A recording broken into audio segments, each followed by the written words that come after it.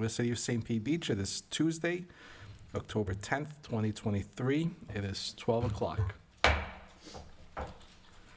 Let's stand for the Pledge of Allegiance.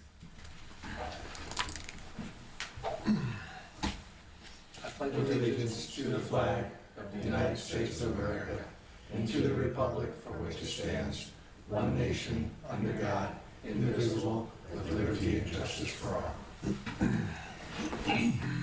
City Clerk, if you'll please do the roll call. Vice Mayor Grill. Here. Commissioner Frizlowski. Here. Commissioner Grouse. Here. Mayor Petrella. Here. We have a quorum. Thank you. All right, Julie, go ahead. Good afternoon. My name is Julie Anderson. I'm the Building Division Manager. I am here with our building official and floodplain manager, Mark Vasquez, as well as a special guest from the county, Lisa Foster, who's their floodplain administrator. We're going to want to kind of provide an overview of why we've called this important meeting today. I know 4 hours is a long time, and we're hoping we don't go to that length, but we wanted to give you enough time to have your conversations and provide a buffer in there, because we can't really anticipate how much that will entail. So why we're doing the workshop right now is a question that I was asked, and that the answer is fairly simple. We are in the midst of our CRS cycle visit, which is our National Flood Insurance Program audit, basically, and we get audited every 3 years to basically re-rate us, recategorize us if necessary, to see the activities that we're doing, if they meet their requirements, and if we qualify for better or worse discounts on flood insurance. Now, our last cycle visit, I actually provided some supplemental materials to your right. There is a letter from Bill Palmer, or an email addressing our score for the last visit. I think it was 2285. And if you look on the following page, there's a table that shows you all the classifications and the points associated with them. Basically, everything below a class 10 gets an additional 5% discount on flood insurance. So being a class 6, our community gets 20% discount right now. Our goal is a pretty aggressive goal. We're trying to get to a class 4 because we think it's possible. There's some fairly low-hanging fruit that we're not taking advantage of, and there are some amendments that need to happen to make us really fully compliant with FEMA regulations. So while some changes are extremely minor that you've probably reviewed in this packet, some things are more significant and will require, question and answers and discussion and all that. So that's what we're doing today. So, I'm sorry, just thanks for that intro. Just the acronym SFHA? Special Flood Hazard Area. So almost all properties in St. Pete Beach are in the SFHA. There are a handful that are on slightly above, we'll just say. And what's been our history from a rating? Have we been 5 for a while? We were a class 6 the visit before 2020, and in 2021, we earned a 6 again. We actually lost 200 points and gained 190 something points, so we only lost really 7 points total. But FEMA's always changing the game. They're Right. making things more stringent, higher expectations, so we always have to be paying attention to what it is they need to see from us. And there are 8 or 9 people that work on this when we get our cycle visit every 3 years. So it's not a one-man job. So without... And these discounts, just for everybody and whoever's watching, is... I don't believe it's an automatic. So if we make the changes in the investments that we'll talk about this afternoon, I don't think it guarantees us, it doesn't guarantee us that we move up until we have the review. Right. And even if we get class 4, or does it automatically say everyone will be entitled to a 5% discount on their flood insurance? Well, the class 4 or class 5 or class 6, that's the category of your discount. So everybody gets it if you earn it. No, it's not guaranteed. And the nice thing about the way they do the audit is we actually submit here later this month for our first time. It'll take them probably 5 to 8 months to review it and give us a response. And then we have 2 more times to resubmit more data to give them more of what they're looking for so that we can continue to try to pile on the points. So they really want to see us get the better score that we can. So having said that, Thank if we kind of come to some conclusion today or direction, how long is that going to take before residents will see that, or any property owners would see? Good this question. discount? The results from the audit that started in 2020, that insurance rating or discount took effect April of 2022. So it's like we wrap up about a year after we start or so, can be more than that. And then it's like a year later Okay. that they get the discount. So they'll still stay at their 20% until probably 2025 is my guess. Okay. Yeah, because there's no doubt in today's environment, lower insurance rates Oh my gosh, yeah. and But- people. is Just to clarify one more thing, the audit is not automatic, so we don't know until we go through that process what CRS class we're in. But if I heard you correctly, once we're in a class, say class 4, then everyone that gets insurance automatically gets that 30% discount. Correct. So want to make sure that was clear. Everybody gets it. Yeah. It doesn't matter what insurance company you have covering you, they're Right. all obliged? Correct. Okay, Okay. thank you. All right, you're welcome. All right, so let's begin. Got to start with some pictures. Over the last 5 years, the Tampa Bay area has had some very close calls with massive storms. Category 5 Hurricane Michael in 2018, and Category 4 Hurricane Ian last year hit Fort Myers. Most people have forgotten the devastation, quite honestly. The damaged homes and debris that you're looking at in these photos is from older structures that were built in the floodplain. We call them non-conforming structures, meaning they don't meet FEMA requirements. They're not out of the floodplain. The houses that are still standing are conforming structures built on pilings. In fact, this picture was, I grabbed it from the piledrivers.org site, so they're showing the benefits of piles, which we're going to talk about later. We just experienced the flooding from Hurricane Idalia, which was an offshore Category 3 hurricane with winds reaching 58 miles an hour here in St. Pete Beach. You can imagine the level of devastation if we had hit a direct hit with 125 mile an hour winds and storm surge. So this is the part where you can get treats for participation. This is the big question. Why should we amend and strengthen our floodplain ordinance? These are full-size candy treats, people.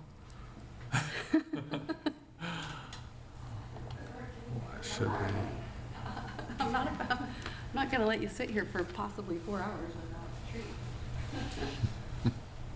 Anybody have any ideas why we should strengthen our floodplain ordinance? Why we should? Why we should? Safety, first of all. There you go. Resiliency? So that we don't look like this. I'm good, thanks. Come on, we'll share that one. Come on. Okay, there you go. Thank you.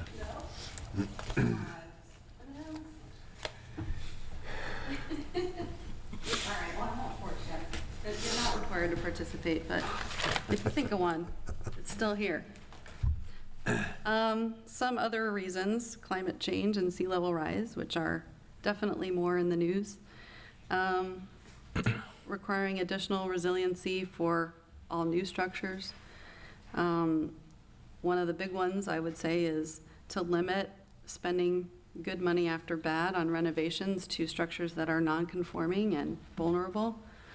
And obviously what we just talked about, earning a better CRS rating so we can get bigger discounts on flood insurance. So, just a few little facts that I found online. The glacier in Greenland's largest drainage basin is thinning and its flow is accelerating. Updated simulations predict that sea level rise will be up to 5-fold higher than previously expected. Similar trends may be underway in other parts of the ice sheet, as the whole system may be much more sensitive to changes happening in coastal areas than previously thought. It is difficult for scientists to conceive how this process could be stopped. If confirmed, the findings will have consequences for current sea level rise predictions, which foresee global ocean levels rising by up to 38 inches by the end of the century. End of the century is not tomorrow, but it is coming. And, you know, our children and our children's children will definitely be seeing the effects of that. Let's see. I put this slide in because I thought y'all might be interested in taking a look at a tool that NOAA developed. It's the Sea Level Rise Viewer. So you can basically go in, you can zoom in on St. Pete Beach, and you can select different variables to see where the impacts are going to happen and when. So it can be a 25-year, a 50-year, a 100-year. You can really kind of play around with that. Let's see. One thing that I wanted to talk about a little bit is what we're seeing in terms of permitting. Most St. Pete residents are focused on remodeling their non-conforming structures and maxing out their FEMA 50% threshold rather than giving thought to spending that money on elevating their homes. Since July of 2021, when we enacted the 5-year cumulative rule, we've issued 19 permits for new FEMA conforming structures, which is 8%. And in that same period, we've issued 214 permits for FEMA renovations to non-conforming structures. So 92% of people are not working on resiliency. I'm sorry. I've got a comment, not to throw the whole thing out of Okay. kilter, but I kind of feel like I need to say this, that I don't disagree with anything that you're saying. In fact, I agree with it, and I'm in favor of most of the things in the ordinance. I have some questions of which you know, because I sent those over. But the big factor in this whole thing, and I tried to be cured last November in a referendum question, which went over 50%, but didn't get to the 60% threshold, is simply people looking at the economics of this. And I know of people that would say, I'd consider tearing my house down and building a new house, but I look at what the taxes are going to do to me. And if I'm here for 30 more years, I'm actually paying more in taxes than I would pay for that new house. Right. So, I mean, I know we have to go ahead with this ordinance and do all this, but Right. I would like to find a way how it wasn't, there were no backers behind that referendum. Our local property appraiser was the one who came up with the idea. I thought it was a brilliant idea, but you can't spend taxpayers' money advocating for a referendum, and there was no group that was behind it to Yeah. do it. So, and it was a little bit confusing. The wording was a little bit confusing, and most people will say, hey, if I'm not sure, I'm going to vote no. Yeah. But to me, there, in concert with this, there's got to be a push to make it a little bit easier for residents, because somebody who's got a perfectly good house and needs a new kitchen or a bathroom or, you know, a new roof, they said, listen, I'm not going to tear my house down right now. Right. So, And they should really be incentivized to raise their Yeah. homes. I mean, there is grant money out there for those that have experienced repetitive loss and severe repetitive loss, and those come around cyclically where we as the jurisdiction can apply for those grants to try to get a little bit of extra funding that the owners would be reimbursed, you know, Yeah. for doing that. But there's a lot that has to go into it, a lot of work on the homeowner's part. They're spending money up front just to try to hope that it's going to come through for them. Obviously, they have to be in a financial position to be ready to do that and get paid back later, maybe. So And, it's is not that perfect. just- Is that just to raise existing homes? And that's pretty impractical with a slab on grade. It can also be for raising and building a new home, too. Demolishing and. Yes. No, okay. But the repetitive loss scenario, I don't know the data. I'm going to guess that it's a handful. We have 106? I think it's 106 rep loss properties. They're either rep or How severe many- rep just loss. Curious, how many properties do we have in the city? I don't, Total? Oh, Brandon would know this. roughly, it'd be 10,000, 8,000? Oh, no, not that I think it's many. like 6. Yeah, I thought I was going to say 5. It's probably 500, 600, somewhere in there. 5 or 600, I would guess, in that range. Residences? Yeah, houses, Condominiums. yeah, Where- structures. We have it on our actual, That seems CRS Seems low. slides, but I don't have that here. Yeah. Five or 6,000. What do you say? It's just your neighborhoods, Yeah. that's, Yeah, we were 160. And I think he meant 5,000 or 6,000. Properties? It could be. I can find yeah. out, but No, I'm just thinking because to Commissioner Frizowski's point, on many things, you don't change behavior unless people are incented. Yeah. Whether we talk about water usage or anything, you got to give people incentives, and because it's expensive to raise your house. mhm. And then, I also know we had discussions, for example, I think in your 214, it's probably people have improved their windows, put in new windows. I mean, that's a good thing, that helps resiliency, because a lot of the homes that are non-compliant, again, I'm going to guess, are in a were built when taxes and assessed values were much lower than they are today. It adds to resiliency for wind, but it does nothing for flood. So if we were to get a direct hit, those windows are gone. They're scattered around the I neighborhood. understand, but what people are able to afford and willing to invest in. Right. What we're trying to avoid is them spending the money on really nice improvements to their properties, which everybody wants to do, and then having disaster strike and it's all gone, starting over again. And that would financially cripple many people.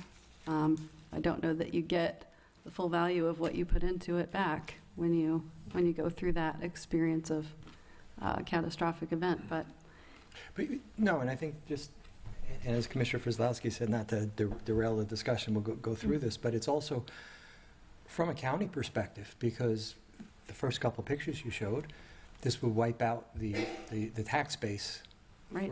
for the city, and people will walk from some people might walk from their properties. Mhm. So what do we do at a county level? It's not just the St. Pete Beach level, for resiliency to ensure that cities can recover and continue to be a going concern. And again, it comes back to me, to the incentive. I mean, I have a slab-on-grade house, and, I'm not Mhm. non-conforming. Well, but, the numbers are, with 4 zeros to raise the house. Mhm. And the discussion, we have some residents who I'll take the risk. I don't buy flood insurance. I'll take the risk. Actually, somebody was just profiled, I think they were in Paso Grill, on the news yesterday, about not having flood insurance for many years, and how he's ahead of the game, because now it's 20-some-odd years later, and his $7,000 a year that he's been saving, Yeah. it comes out. I mean, it's all risk versus reward. And particularly here, where many of our houses, some people will say the land is worth more than the house. Mhm. So why am I spending all this money and fix it? If it goes, it goes. I can sell it and I still come out ahead, or I can rebuild for much less money. So they're all related, and how do we, again, get people to change behavior in the perspective of this is something I should invest in, Right. when we've all got 20 other things to invest in. Well, the ordinance isn't meant to force. They still have the choice to do all of these things. We're just placing a little bit more restriction and more resiliency into our current ordinance, which is in desperate need of an update. No, and I think we also, Yeah. again, I said it's bigger than the city, Yeah. incent people to do all these. I mean, these are all Mhm. good things, as Commissioner Frizlowski said. Mhm. Yeah, agree, I read it through, yes. Yep. Now, how do you change behavior? Because just because you say, do this, or don't think that, or do, You can't change behavior, you have to regulate and hope that that starts to move the needle a little bit. we'll probably get to this at some point, but part of the economics is with the FEMA 50% rule. If you're raising your house, are you still stuck with the 50%? No, you're unlimited. Once you get above floodplain, you can do what you want. Okay. Because that's one of the limitations to what Commissioner Grill said, half the time your house is worth 80, 90%. Yeah, Look at the tax records. right. And if you're stuck with that number, there isn't enough there in the 50% to pay for anything as far as raising the Right. house. Right. That's true. And even a private appraisal is going to give you more, but not enough.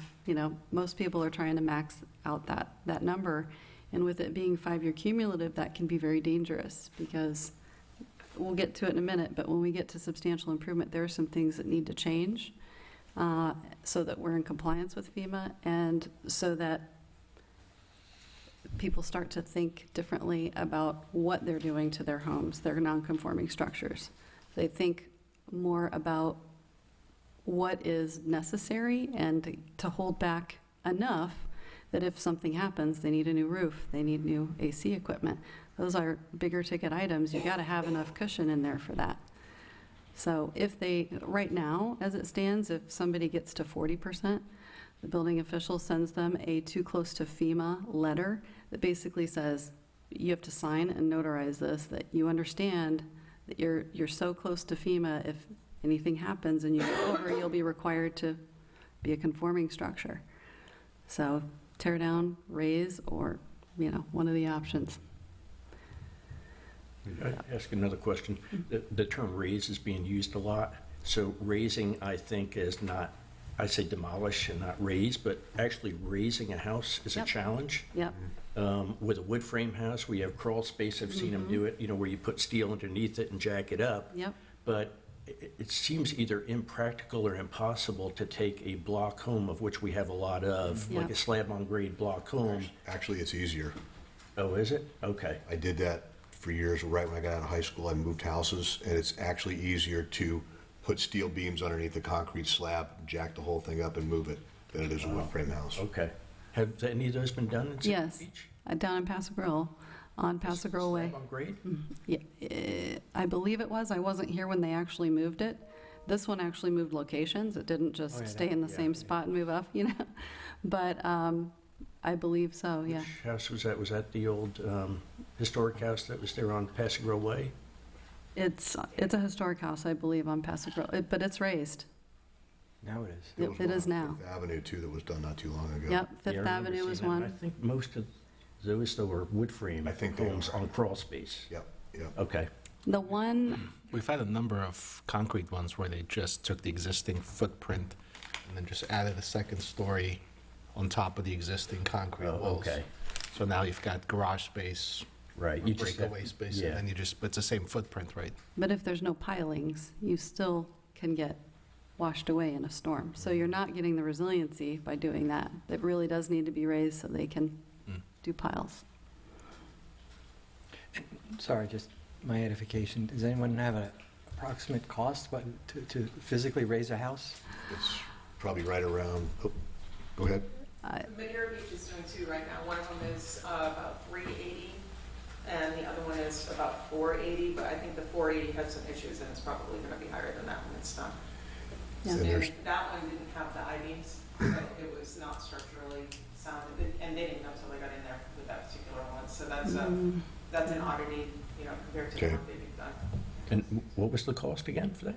$380,000 for one of them. The other one is $480,000, but that one had some problems with. Okay. I thought you were saying 480. I'm thinking 1,000. That's a lot just to raise a house. But there's two different options you can do with this, too. You can just raise the foundation to where it's above the floodplain and have earth put underneath it, and then you have to get up to your house, or you can jack the whole house up, and again, like the mayor was saying, you can have garage space basically built underneath, Right. and have the entire house raised. Okay. So the one, obviously, to raise it is much more expensive than just to get it above the floodplain and put dirt But underneath. we can't put fill underneath there in the floodplain because there would be compensatory storage effects. So that's a Okay. no. In fact, that's one of our talking Okay. points today. Yeah. Makes sense, and again, things Yeah, have changed. But other since- places, yeah, that works. since I did this. So it's it's several hundred thousand. 2 to 400,000, 200, well, 2 to 500,000, yeah. And it depends on the structure, Right, okay. complexity and all that. That's why you get an engineer to come in and Sure. provide that viability. That's not a $10,000 thing. No. All right. Shall we keep going? Any Yeah, other? please. Okay. There are many adaptation strategies that address the challenges of building resiliency through floodplain regulations. One of them is to use locally available data to determine the actual flood hazard. That would be such as using the Pinellas County Vulnerability Study, which we're going to talk about. Increasing freeboard requirements. 1 foot is only the minimum requirement, which is what we've adopted. and requiring foundations with pilings so new structures will withstand more intense storms.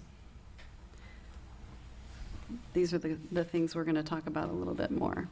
So let's get into the meat of the document that you have. Keep in mind, some of these changes are extremely minor, such as this one. The only change is to add the word section that was left off. So we saw that when we were going through it and wanted to clean that up. So that's a requirement that we've had in place, Yes, no change. no change. Yeah. I don't even know what that section's about. I just know we needed to put, yeah, the bottom section has to be used for storage or vehicles. Section R 322.2.3 of the Florida Building Code, residential, has a section in there about foundation design and construction. Foundations or walls for buildings and structures erected in flood hazard areas shall be on pilings or columns and shall be designed by a registered design professional to resist flood loads and shall meet the requirements of Chapter 4. No exceptions to that. We're a barrier island. I can tell you a little story about Hurricane Irma.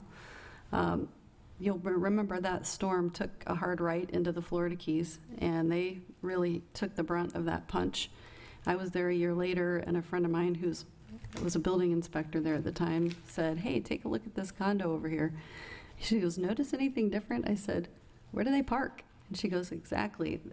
The whole building collapsed on the parking garage." So it was still standing, but obviously needed to be demolished. But there were no pilings and no foundation to roof connection, no reinforcement to hold that together. So pilings are important for every structure. So I'm sorry, this is current or proposed? This is proposed. It's already something we're doing. Plans don't come in without pilings. So they're pile foundations. Anytime you see a new structure, those 19 new structures have pilings. So we want to codify it so that you can't get around it. You must do pile foundations. And is that consistent with FEMA requirements or what other municipalities and floodplains are doing? Absolutely. In fact, Pinellas County recommends that all barrier islands use pilings. And in certain areas of Pinellas County where they require piles, where we are all special flood hazard area, so barrier island would be completely pilings. And is there any other municipality in Pinellas County today that has that requirement? I haven't looked for the comparison tool. So Pinellas County considers coastal A zones and B zones the areas that we require for pile foundations. Yeah. Your barrier islands are first line of defense, right, for the mainland. So it makes sense to me as a floodplain manager to do pilings on barrier island. Thank you. Can you go back to that one page on the screen? And this is proposed Florida Building Code that'll be adopted January 1st, the end of this year? Yes. Okay. Mm-hmm. It would, as anytime it updates, as long as we have it in our code, it stays in our Yeah. code. So it'll be required? Yes. No matter what we do? No matter what. The wording is a little bit odd where it says shall be on pilings or columns. Someone who reads that could say, then that means I could do spread footings and do columns. It should say pilings and columns, and just an editorial comment in my opinion. As an architect or a structural engineer, I'd say that nothing's saying I can't do spread footings and do columns. I think they're saying pilings or columns continuous with the pile or continuous with the structural load. I mean, it's a vague, it's a gray area. I'm just thinking if there's a chance to do an amendment, because I know there are amendment processes that go through, but Yeah.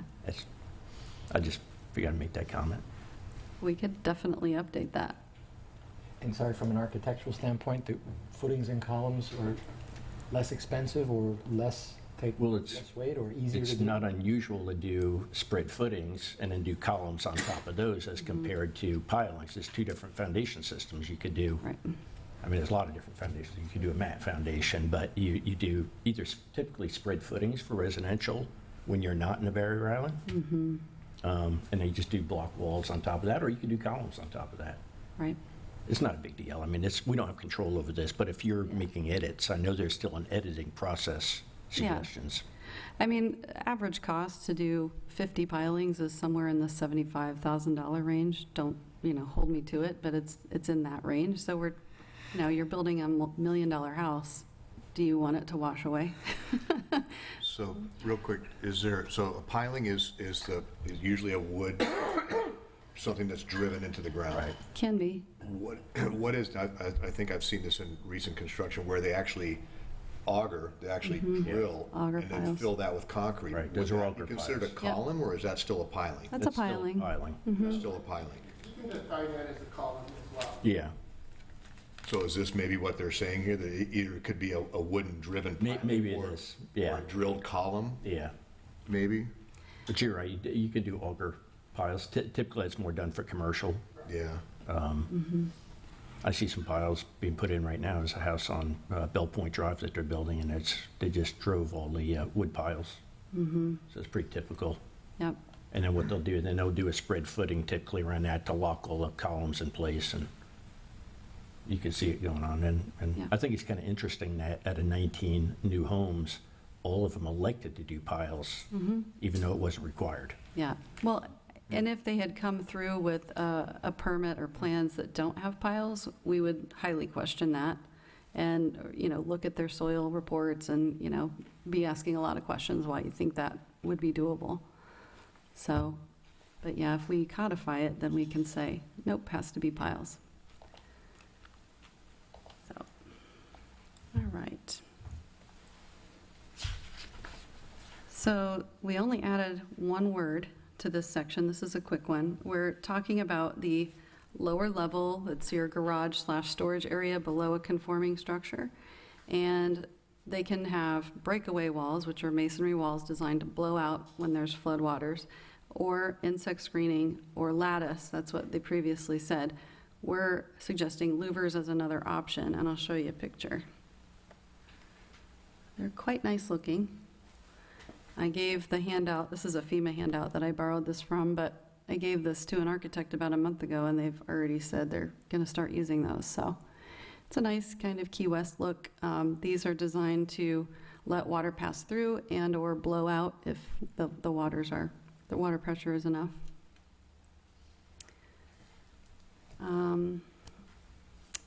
This is your page 7. Designation. Right now, and we've always had a building official that was also the floodplain administrator.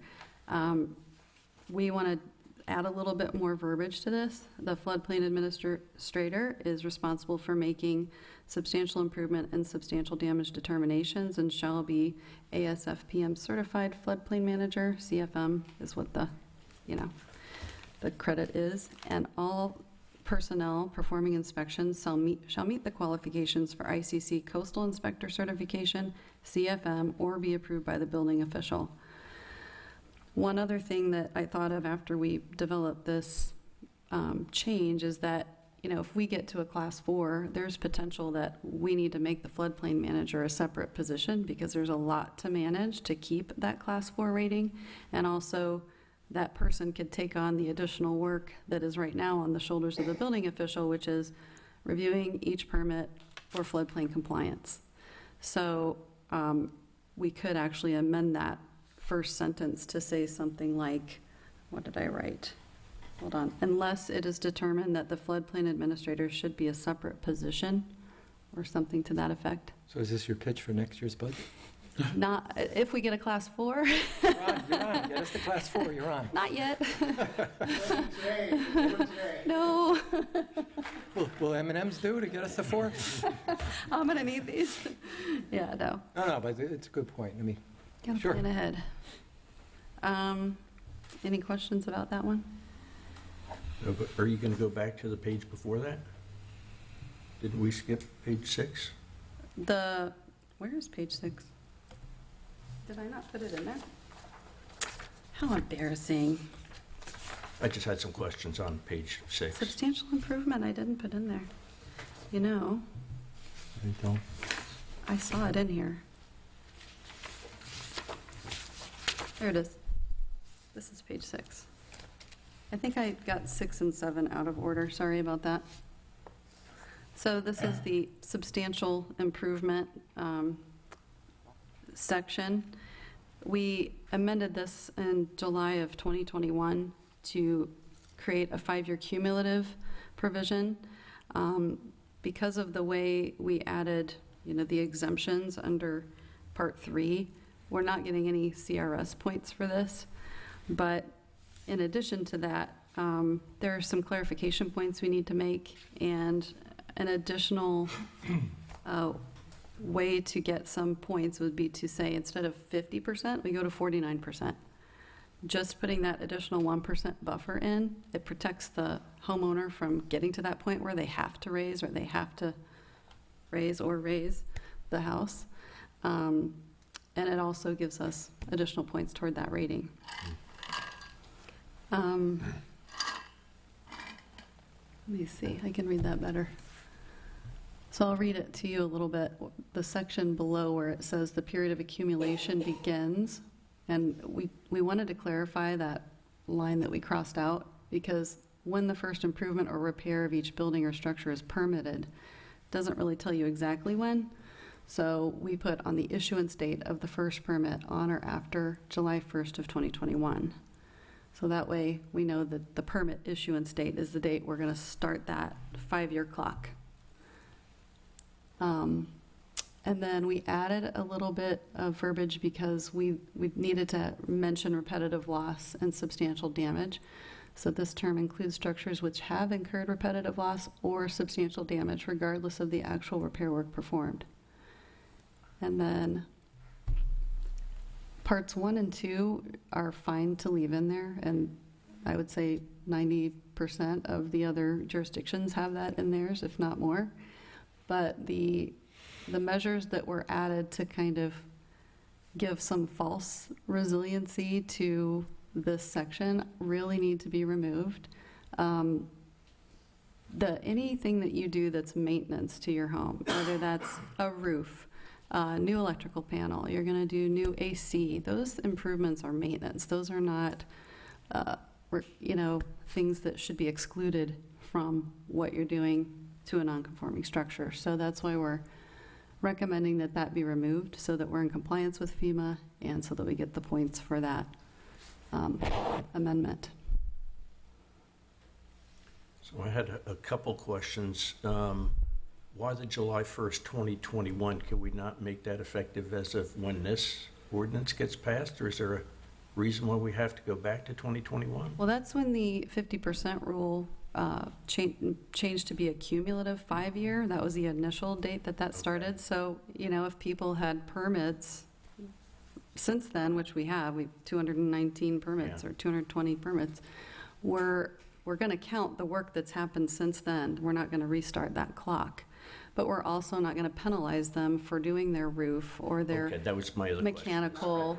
It's not retroactive to say, you're going to tear your house down now because we made this amendment. Okay. Well, we're not doing that. I didn't know if there were people that did things since 2021 thinking they were exempt, and now they're getting really close to that 49%, 50%. Mm-hmm. Someone could be in a bad spot. Right. No, definitely, and we're trying to caution as many as possible. When we see that they're getting too close, or even when they look like they're bumping right up against that 50%, we're trying to help them mitigate that so that they have some buffer there, but, So what if someone has done some permitting since July 1st, 2021 that wasn't exempt? Is that going to still count against them? Of course. It will. For the next 5 years. So if they did it in 2022, it'll go to 2027. Okay. So that won't change. If I remember correctly, and it's been involved for a long time, so I can't really remember everything, but we had a 5-year cumulative at one point in time, way back. Oh. And then there were other communities that got away from it, and we're like, well, why are we doing it if others aren't doing it? And then it changed. Yeah. So it has kind of waffled back and forth over time as we saw other communities, and we, of course, had residents asking us, well, why are we so strict, and these guys aren't over here. Right.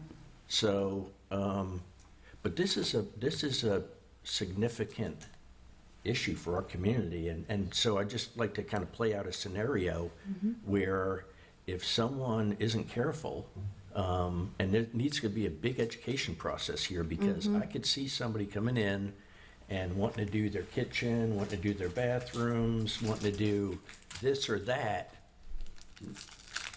unbeknownst to them that they haven't master planned out their whole plan. And then it comes time to put a new roof on, and they find out, guess what, you can't. Right.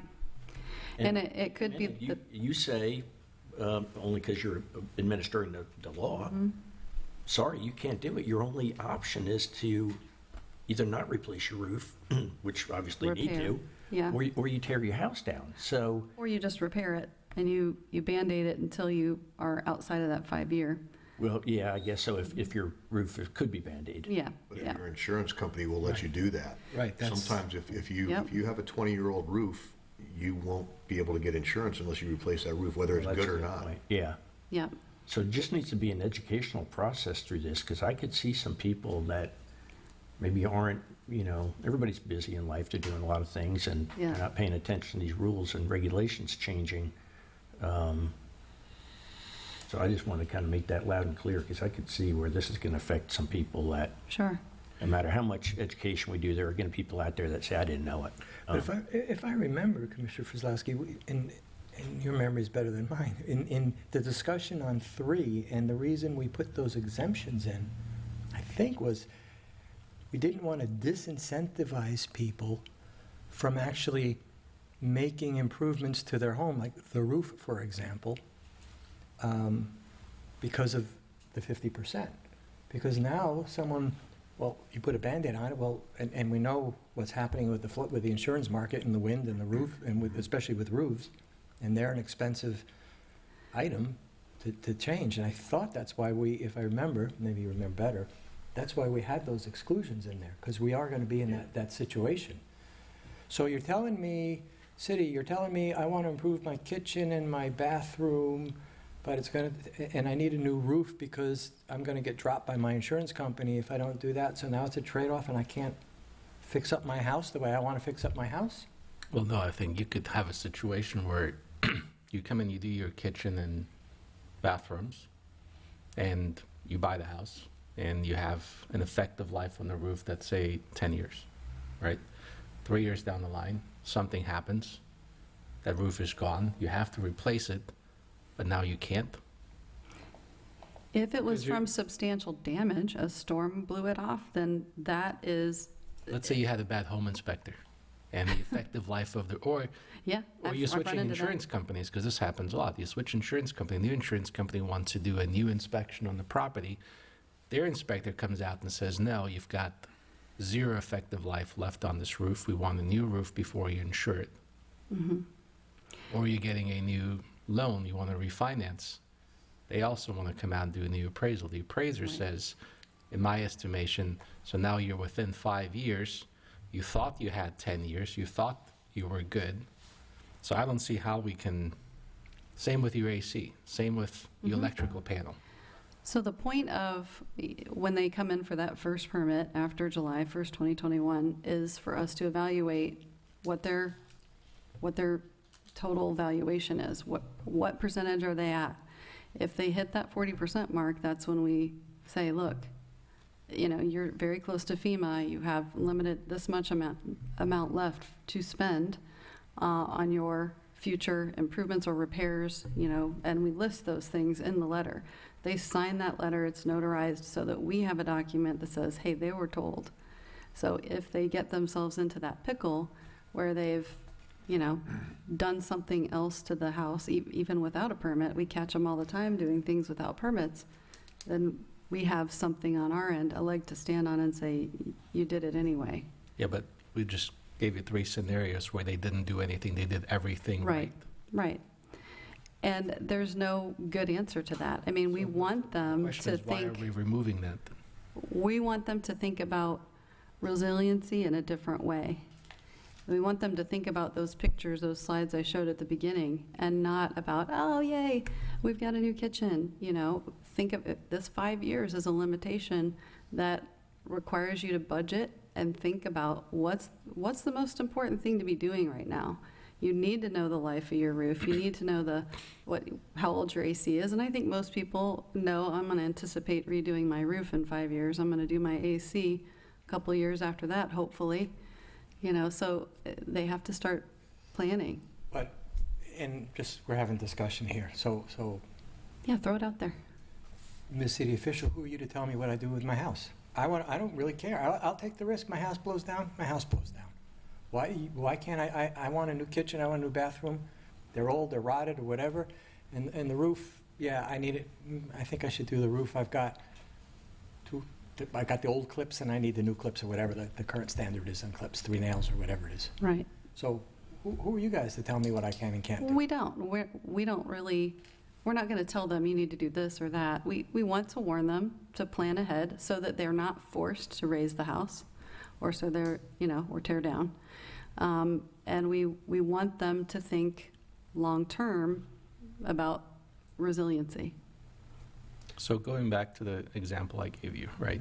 So you have a homeowner who did everything, they thought they did everything right, and through no fault of their own. So they got a home they bought a house, they got a home inspection. Inspector says you've got 10 years effective life. They come to you and say, we want to do this renovation. Let's say they get to 48% or even 45%. It doesn't really matter because a new roof is going to be $50,000. And they're going to buy a house that was last assessed 10 years, 15, 20 years ago before the prices went up 3 times in the last 10 years, right? So they get a couple $100,000 they can work with, they renovate, and then they have to replace the roof through no fault of their own, through no catastrophic damage. They just had a bad inspector. They did everything right. They followed exactly what you told them, but now they come back to you and say, we need a new roof, or we're going to lose our homeowner's insurance, then we're going to lose our mortgage, right? I see what you're saying, and I think that those are cases that, the floodplain administrator will try to work with the homeowner to assist in every way possible to, first of all, look and see if the bids they're getting are in line with what are normal, and say, hey, I think you got a really high bid here, you should put this out, get a couple more bids. Or maybe it's that, hey, let's just plan to do this section right now, do the repair for this section, you'll still be under, and you don't, if that satisfies the insurance company and it keeps them safe from that 5-year threshold. I mean, you have to look at each scenario specifically. It's not something you can necessarily plan for every possibility that's out there. Yeah, it's just that we spent a lot of time discussing at the last commission meeting the economic viability of letting somebody buy a multifamily and then not do certain things to it, and saying that if we don't allow this, now all of a sudden no one's going to buy and renovate these houses or these multifamilies, right? So you have a lot of homes that are not necessarily prime location on the water, but they're Section AE. That there's no economic sense that you can make anywhere for tearing that property down and then building it with the, on slab or footings and then putting it up. Because Agreed. some of the water, even some of the waterfront, right? I mean, we've got that one abandoned house that's been, derelict, and it's just stem walls right now for the last 2.5 years, and they've got this much waterfront. They've got, I think, 25, 30 feet, but it's technically waterfront. But there is, I don't know how they made the math work, but there's no economic sense where you can come in and tear down that house, spend $1 million, and then you have a house that's worth $500,000. So by removing all of these things, we're going to get stuck in a situation potentially where we have a lot of older homes where no one's going to do any improvements to, where they're going to look at it and say, well, I guess we're just going to, especially the multifamily ones, right? The duplexes, tris, and quads, the smaller multifamily, which all up and down Boca Ciega and Gulf Winds Drive, they're all on, same level as a crown of the road. And there's nothing there's no economic sense at $1,500 a month in rent that you can justify tearing that property. But it's also going to say, well, we're not going to do any improvements here either. Or you're not going to be able to because the roof on that house is going to cost $50,000, which is going to eat up half of your 50% budget. Which is why we put, if I remember, why we put the exceptions in. Yeah, with windows, roofs. Be concerned about it. But on the other side, I think what we're hearing is, how do you drive people into that direction to make those changes? Because I think what you're telling us, if we continue to allow this, we're never going to get there. Or it's going to take even longer, it'll delay it. But on the other side, I mean, there's two sides to it. And then I think there's, and I don't know if we'll decide it today, but we also, I think, should talk with the real estate community, for lack of a better term. What would this have an impact into, home people investing and coming into St. Pete Beach residential properties? Because some people may look at this and walk and say, St. Pete Beach is not for me. It absolutely We've got two people right here that can answer that question. First of all, I want to interject. Under A, with the wording the way it reads, strengthening of roof attachments, doesn't mean re-roofing. That's mechanical fastening, putting straps to the wall, strengthening the roof assembly, roof to wall. Unless you have a flat roof, like I do, and I just had to do that. They had to cut all the way around the perimeter to put new straps on. Yeah, that's what that exception applies to. It does not apply to re-roofing. Re-roofing, you still have to count that. In your example, we adamantly advise to come in with an appraisal. That gets you the monies that you need not only to repair, but it gets you the cushion that you can rely on for the next several years. How is it? Is that typically an independent appraisal that the homeowner gets? Yeah. Okay. Yeah. I used to work down the road in Treasure Island. We didn't have the 5-year, we had the 1 year. We never ran into a situation where it would categorically cause the resident to be demolished. It would just always come in with your appraisal. That way you get your cushion. You get the appropriate value that you need. Yeah, but you had the appraisal done 2 years ago. The issue is today. Right, but the appraisal doesn't count. In the appraisal itself is valid for 90 days. So you're saying you get a new appraisal today? Yeah. You can. Yeah, you would always get a new appraisal, which helps out, I think, because I'm assuming the value of the structure is The going county up. assessor will assess some of these homes at $10,000, $20,000, $40,000. When they come in with their appraisal, they're $200,000, $300,000.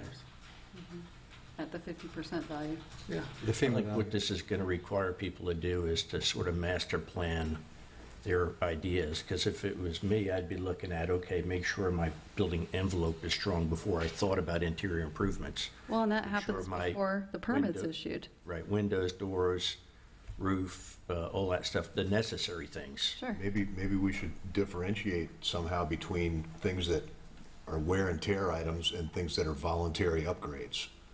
Like if you want to do a new kitchen, new bathrooms or something like that, that's obviously going to go towards the 50% rule. But if to replace an air conditioner or just wear and tear items that wear out, I think maybe we should keep some of these in there for as an exception to some of these things. Yeah. And What how- happens if, in a situation, I'm sorry, let's say you just bought a property that somebody did 50% 3 years ago? And that's the due diligence that you need to be looking at before you make a purchase. But yes, that value carries over with the property. It doesn't stop with the owner when it changes hands. Even more so have the real estate community, because, Yep. I mean, I get feedback where people buy a house and then the feedback, again, is, well, the real estate agent never told them that they couldn't build, the lower level wasn't for, and you hear it all the time, I'm sure. We No one see told it me I all the couldn't time. build down there. What do you mean it's only for a car? Yep. Blowout walls? You mean I can't have an Airbnb down here? Well, We've you seen hear it. it, no, right? I'm saying, and that, Short-term rental is a lot. and that's all the frustration, but how do we make sure that we don't inadvertently or have an unintended consequence of potentially tanking the real estate market and the values, and people don't view you coming to St. Pete Beach as a good thing anymore, but we yet, I mean, of course, resiliency, and make sure people are educated, and because you have more examples than I do of people not being educated or playing dumb, saying, well, I didn't know I could build down there. What do you mean? Well, I think I'm not sure that we have a problem that we're fixing with this, right? I think what we are in a position of creating a problem where there isn't one right now, which is tanking the real estate values, especially on the lower end single-family homes, where there's no economic sense to raising those properties. Raising with a Z or raising height? Both. Height, Yeah. bringing it to where it's in compliance. So the guidelines that we're following are FEMA mandated, FEMA regulated, and there's plenty of handouts as to what criteria we're to follow. And the three below are not consistent with what we're supposed to be following for FEMA regulations.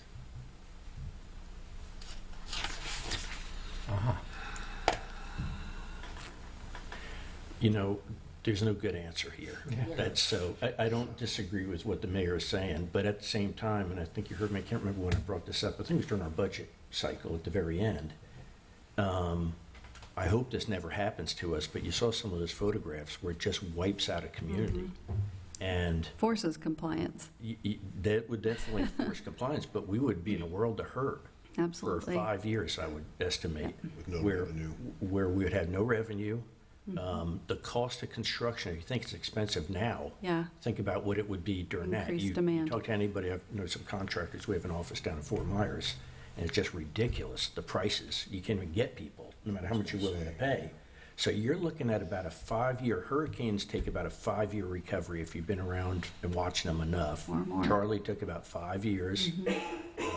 We ended up getting a lot of good work at that. We did all the schools in Charlotte County. But I've been kind of watching this go on I've been living here for 35 years, and you see so much money reinvested in a house that's below the floodplain, and we have been so lucky for so long. So I guess I just have to say there's no good answer here, because I don't No. disagree with my colleagues in the pushback here, but at the same time,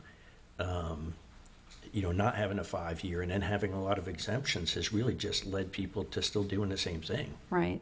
What we're trying to do is prevent the residents from putting too much in and just keep adding more and more to it. These exemptions allow them to spend more and more and more when they're going to potentially lose it. And that's the bigger issue here. Like, if catastrophic storm hits us, which we've been very lucky for a very long time, but we don't know when our luck's going to run out. And the frequency of storms, the intensity of storms is something we've witnessed. So it's just a matter of roll the dice, and what way do you want to play it? Do you want to be proactive, or do you want to be reactive after we have an event? It's a hard call.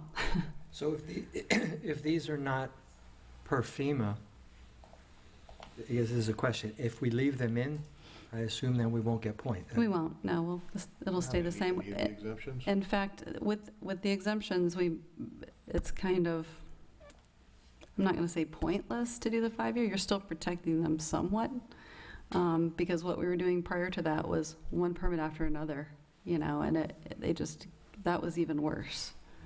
So this is some protection, but it's not enough to say, hey, you've got a better, higher regulatory standard here.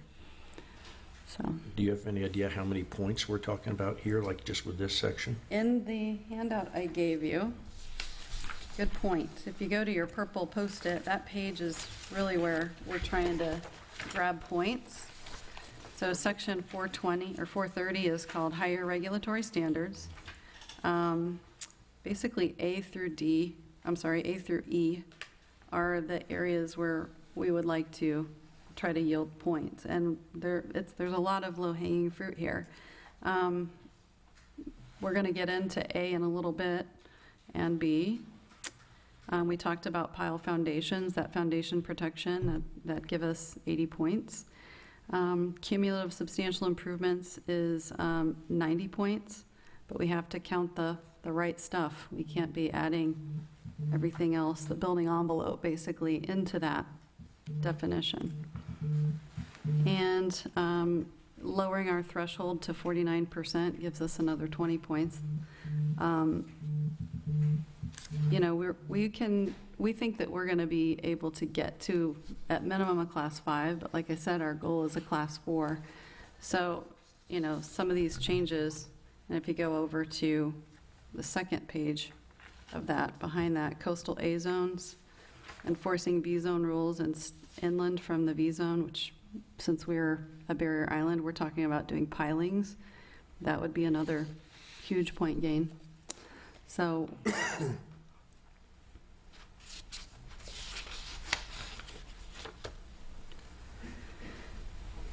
So this, do we need a decision now, or should we move on and? this is just a kind of an introduction to what we're wanting to do, kind of get the conversation flowing. If you have questions after this meeting, please, you know, copy everyone and email me, and I'll respond to all so that everybody has the benefit of the answers. Just looking through here on, so we have the current proposed credit. I see most of those are filled in, but in section 430, we don't have one. We don't have that. Nope. You just have so we have no, You mean for A? Which one are you talking about? yeah. Yeah, because we don't prohibit fill here. So that's one of the amendments we're talking about putting in there. So we'll get to that. You're jumping ahead. Yeah, because after A and B, the rest of the points don't matter, right? If you don't, well, G, I guess, but after that, Yeah. 1,330 points, Yeah, if we're playing numbers. right. And there are many factors in that number, and to be quite frank, we don't know how they calculate, you know, it's special, top secret information, but they do give us good guidance in our floodplain manual so that we can provide them everything they need to see to award the points. So they're pretty good about giving us more guidance if we're not quite meeting what they need. Okay. So, can we move on to the next slide? Please. All right, page 8. This section explains how the floodplain administrator determines a substantial improvement or substantial damage structure, which would be over the 50% or proposed 49%. A couple of things. The first parenthesis is pretty clear. This is a submission by a licensed contractor. That second one is a submission. Basically, it's an owner-builder permit, so the owner would be submitting their cost to us. And then the last one is the floodplain administrator's determination of valuation. And there's a small, just a little change there. We put the title of the actual substantial damage estimator in there, so that was very clear what we used. And also at the very end, we changed the 12 months to 3 months. I actually think that should state 90 days. Or whenever the appraisal expires. Sometimes, you know, appraisers will put the date that appraisal is not valid. So we may want to tweak that a little bit. But we also clarified in that sentence above 1, 2, and 3 that we're speaking about the first permit after July 1st, 2001. What was the thought process in changing it from 12 to 3 months on the appraisal? Because a year, your valuation is going to be so different. It's an out-of-date appraisal. We're not allowed to use it. I mean, most appraisals stay on file for 6 months. So at the very least, so speaking from personal experience, it took us 9 months to get just the plans and the architect and stuff. And we had planned on like 30 days. Yeah. So, you know. Yeah, the permitting process. Well, no, it wasn't even the permitting. It was just getting Oh, just to plans get 'em and an drawn. architect and, you know, just Yeah. doing all that, the preliminary work before we could even submit the permit. And we had budgeted, 30 to 60 days to get that, and then, got the appraisal, and then now you're stuck with additional expenses. Yeah. I don't see how it doesn't hurt you if you get a new appraisal later, unless the market's in like rapid decline. Right. But again, most real estate markets take at least 6 months to see any noticeable change. So I think 3 months is just a little too short. Well, the timeframe is coming from the appraisals themselves. The appraiser is the one that gives the time value that their appraisal is only good for 30 days or 90 days. I've never seen one going more than 6 months. If the permit process takes longer than the appraisal, then it's just a matter of basically a phone call or a letter that the appraiser provides us that the value is still at least what they submitted. Good luck. Because they'll rather take the extra money to do a new one. Yeah, they'll want to get paid full $100 appraisal. for another appraisal. Well, I don't know, I'm going to have to go back and relook at values and see what else has happened, you know, it's going to, yeah. Yeah, but that's where that's coming from. It's not really coming from us. It's coming from what we've been provided with over the years. Any other questions or comments on this one? All right. Next section is definitions. There are some definitions that were just left out of the definition section, so we've put them in here. Most of them are self-explanatory. The important ones that we really needed to get in here are repetitive loss and severe repetitive loss, because by putting those definitions in there, which come directly from FEMA, if there is a disaster or somebody decides to raise their house, they can get an additional $30,000 in ICC for just because we have these definitions set up for that. So those are important to put in there. I don't know any jurisdiction that doesn't have that in their ordinance. We added a definition for compensatory storage. We added the word historical to variance to clarify what that is. And I'm sorry, on the compensatory storage, I thought earlier, well, you had mentioned that we don't allow fill. we don't allow fill. But this says you're allowed fill, but you got to take it out. It is, you're allowed minor amounts of fill, and we're not going to allow structural fill, but non-structural fill is permitted, and it can be used for stem walls and grading and landscaping and that sort of thing. But compensatory storage is an offset to fill. So in a later slide, it kind of states that compensatory storage is a no-go. So this is just the definition of it, Okay. what it means. And this is just a slide to show you the 35,000 claim and the 90,000 claim on this particular house. They qualified as a repetitive loss property, and therefore were eligible for the ICC claim of 30,000 to elevate their home. So that's, you know, this is directly from a FEMA book or website. And is there a period of time associated with these two? So there, it's funny, the definitions are, oh, let's see, am I on the right one?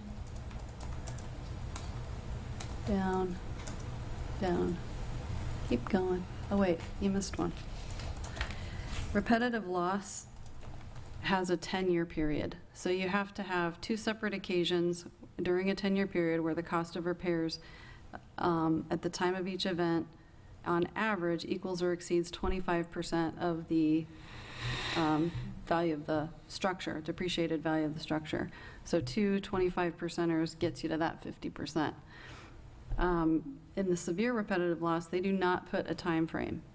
So again, we don't write these, but this is the FEMA definition of it. So you have 4 or more separate claims payments. The amount of each must exceed $5,000, and the cumulative amount must exceed $20,000, or at least 2 separate claims payments exceeding the depreciated market value of the structure before the damage occurred. So it's confusing. There's no period of time. There's no period of time on that one. So you're almost better off not making a claim. As long as you don't make a claim, you're not on record, right? Yes and no. I mean, if you were planning on raising your structure, it gives you that, the extra 30,000, plus you can apply for a grant to raise it and get reimbursed Oh, for. I see. If you want to use that as an incentive program. to do Right. it. Okay. Right. So, Because some people, for 5,000, That's your not gonna be deductible. It's not much. It's not gonna be Yeah. deductible, so you're not going to really make a claim unless you are thinking of it to be at your advantage. Yeah. And I can't think of any flood damage that's less than 5,000. And how many claims do you have to have? 4 for substantial, or for severe repetitive loss, Why and am I not seeing that? 2 in 10 years for repetitive loss. It's not on that page, it's on the page before that, Ah. that she had. Page 9. Yeah. Okay. There you go. So the last definition for page 9 and 10 is substantial improvement again. It's the exact same definition we've already talked about, so I don't think we need to rehash, but it's got the same, strike-throughs for the, why does it say 1, 1, and 1? That's bizarre. It should say 1, 2, and 3. And those are the same exemptions we've already talked about. The last definition is just clarifying that a stem wall is a foundation wall that provides structural support by transmitting the load of the home to the footing. Julie, can you get a little closer to the mic? Oh, sorry. The last definition is to just make sure we have stem wall defined, which is a foundation wall that provides structural support by transmitting the load of the home to the footing. And that's our last definition.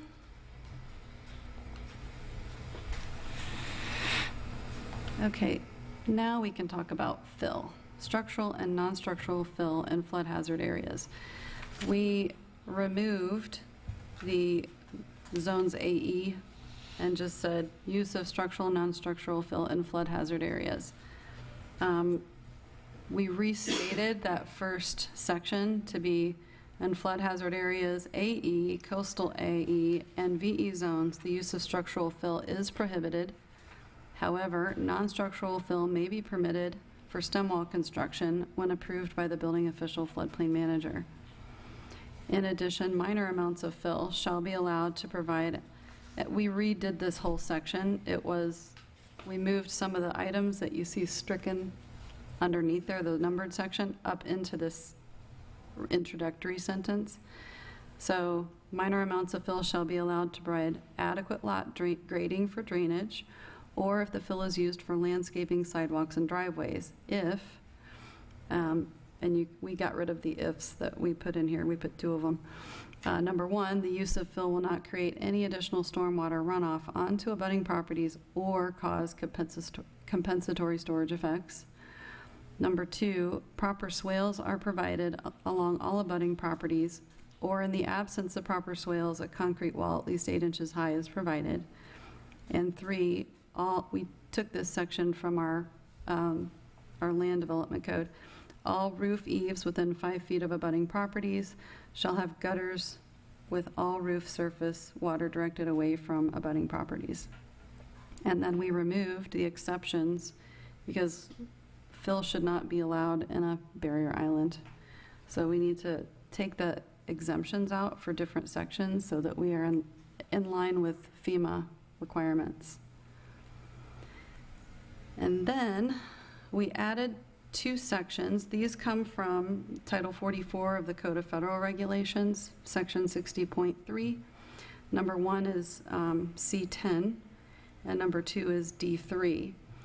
These are word for word additional information that we need to codify, that no new construction, substantial improvements, or other development, including fill, shall be permitted within zones A1 through 30 and AE on the community's firm unless it is demonstrated that the cumulative effect of the proposed development, when combined with all other existing and anticipated development, will not increase the water surface elevation of the base flood more than 1 foot at any point within the community.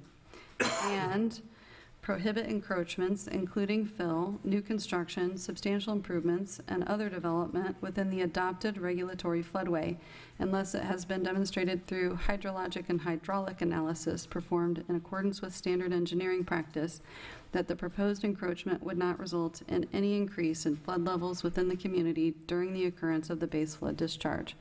So we're getting kind of specific in there, but this is engineering guidance for people that are planning new structures. Any comments? I'm just trying to understand structural fill.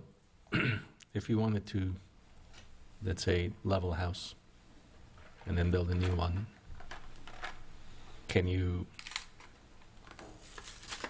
increase the land?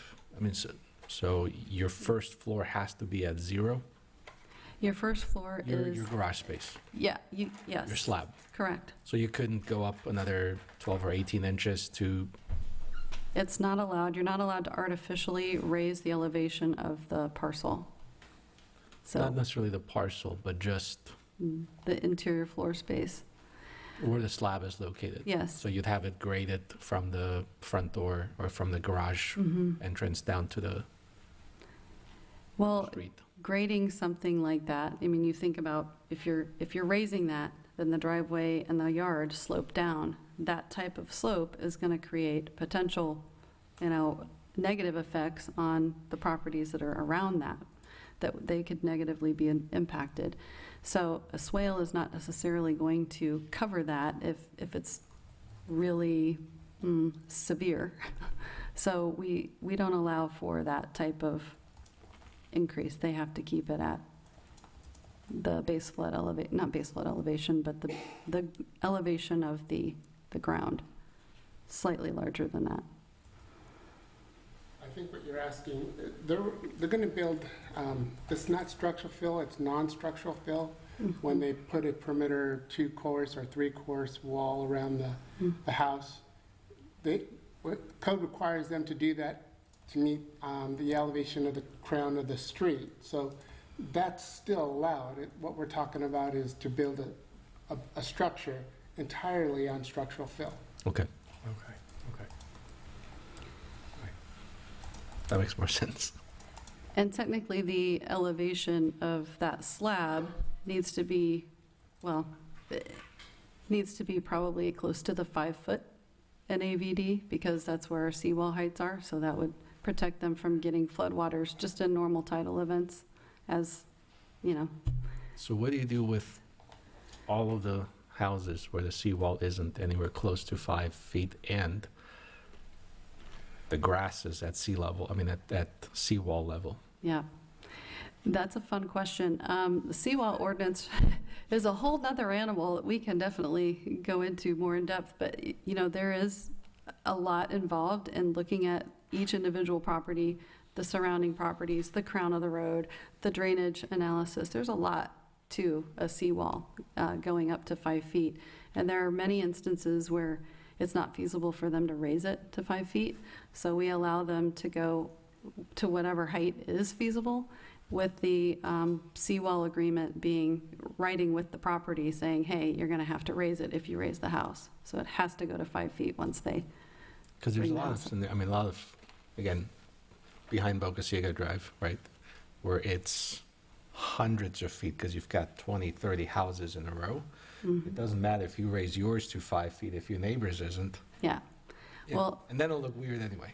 it does. And there's, you can't force people to do their seawalls until you enforce them to do them. Right now, we don't require that, but I could see in the future that the commission would say, yeah, we need to make sure everybody raises their seawalls by 20 whatever, and that day will come. We had that discussion when we, last year, maybe year and a half, 18 months ago, when we changed the seawall ordinance. Yeah. And we had just that discussion.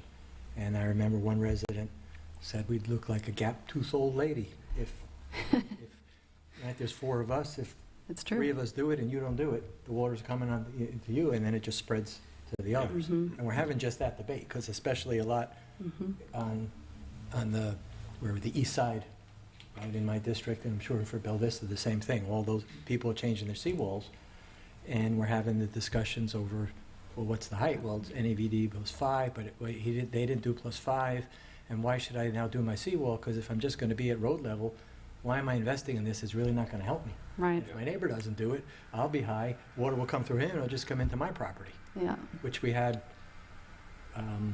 some people said, like, with the last storm we had with Woody's. Woody's put in a nice seawall, and it's got some sort of curve which is supposed to absorb the energy and push the water back, great, but then the water came around Woody's and flooded Yeah, the street. the street, so. Yeah. all those And then things. we had that debate, how do you, again, same as I mentioned earlier, how do you change behavior? I mean, seawall's expensive to do, so no one's really gonna do it just because, oh, I feel Not for I'm a fun. good citizen. Right, for fun. You do it when you have to do it. Yeah, And then if we start incenting people, or not incenting, or forcing people to do it, it goes back to the whole discussion. But then, I know other municipalities, I'm told, the municipality owns the seawalls, and they do all the seawalls for the city, different model. Because, again, if two of us are high and one of us is low, yeah, and you're like, well, I can't, not that you don't want to do it, or the person can't afford it. There's people who just can't afford the right. $30,000 or whatever it is for a seawall. And those cities that have to do it, how do they afford that? Different models, and Find the lowest bidder. But, yeah, but no, it's a very how should we say? It's almost like a bowl of noodles, right? That you trying to unravel and get it all the Right. pieces to match up. yeah, I mean, it's a start. Put the resiliency measure in, but it's going to take time for, like you said, those teeth to fill in and everybody to kind of come on board with it. It's not always financially feasible for some people, but sometimes it's a matter of must do it because there's a breach or a repair that needs to happen. So, yeah. Mayor, your point, we're there already. We're having those discussions. Well, I think that's, what's the effective life of a seawall, 25 years? What was that? So what's the effective life of a seawall, 25 years? Yeah, 25, 30. So now, Well, now's the time to have the conversation about if we're going to put an ordinance in where you're saying, okay, so by 2045, everyone has to be compliant, or so that way any new seawall's built. Right, but then you're a generation away from achieving your objective. But you've got, plus At you've least got, you have done something, otherwise we're going to be in 2024 and 2045, and we still don't have anything. the problem is the seawalls have been replaced at such different intervals. Yeah. I mean, they've been, some are 10 years old, some are 15 years old, some are 20 years old. So you've got, if everybody had left their seawall alone that was put in the 50s, that would be one thing. Yeah. But people have replaced them. But putting something that's, let's say, 25 years out, if you just replaced yours last year, we're not going to force you in 3 or 4 years. Yeah. But if by the time the effective life of that seawall is done in 25 years, and then in that time frame, 95% of the seawalls will be replaced. Yeah. And then if you're buying that property, then you're doing it with the knowledge that, okay, if I have to replace a seawall, it's going to be, Yeah, Well, and just for argument, can you wait 25 years to get to achieve your objective?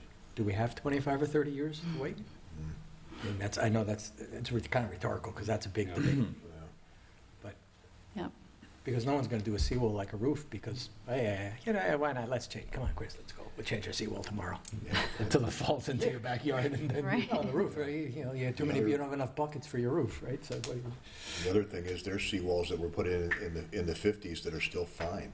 It all depends on where you are. If you take a lot of wave action, it's not gonna last. If you're in a protected area, that seawall can last 60, 70 years. yeah.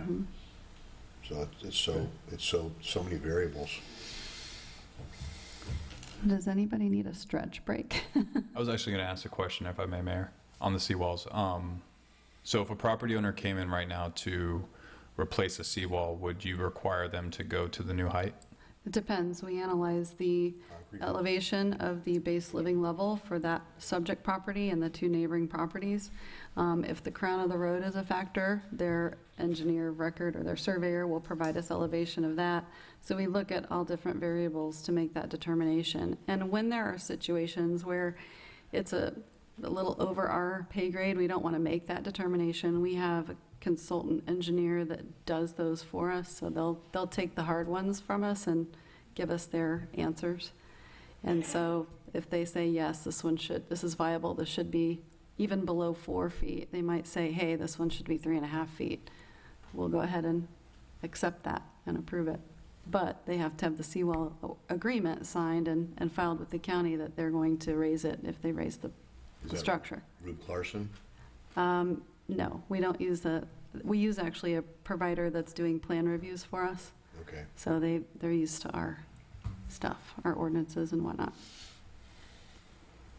You were asking about a break? Yeah, would you like to have a Are you stretch? anticipating another 2 hours of? No, I just thought this is a good, I mean, if good you time. think it's going to be another half an hour, then we don't need a break. If you think Okay. it's going to be another hour, hour and a half, 2 hours. We're good. We're Then about we can ready to take a break. segue into the higher regulatory standards, and there's only 2. So Lisa will be taking on the second one. So we'll go on to page 12 of your handout. So, I'm sorry, back to Phil, one question. Fill behind seawalls, Yeah, allowed, not allowed?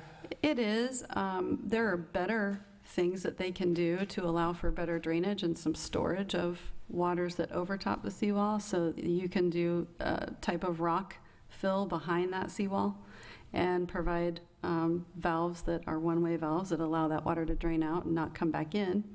And then you just put your filter fabric down and sod whatever you're going to do on top of it, and it hides it. So there's ways around just doing fill. You've got usually more serious issues. Yeah. The fill doesn't provide anything other, I mean, it's not really structural. You know, you can do more than one alternative. It doesn't have to be fill. Okay, thank you. You're welcome. So on to Florida Building Code residential elevation requirements. FEMA and the Florida Building Code require a 1-foot freeboard.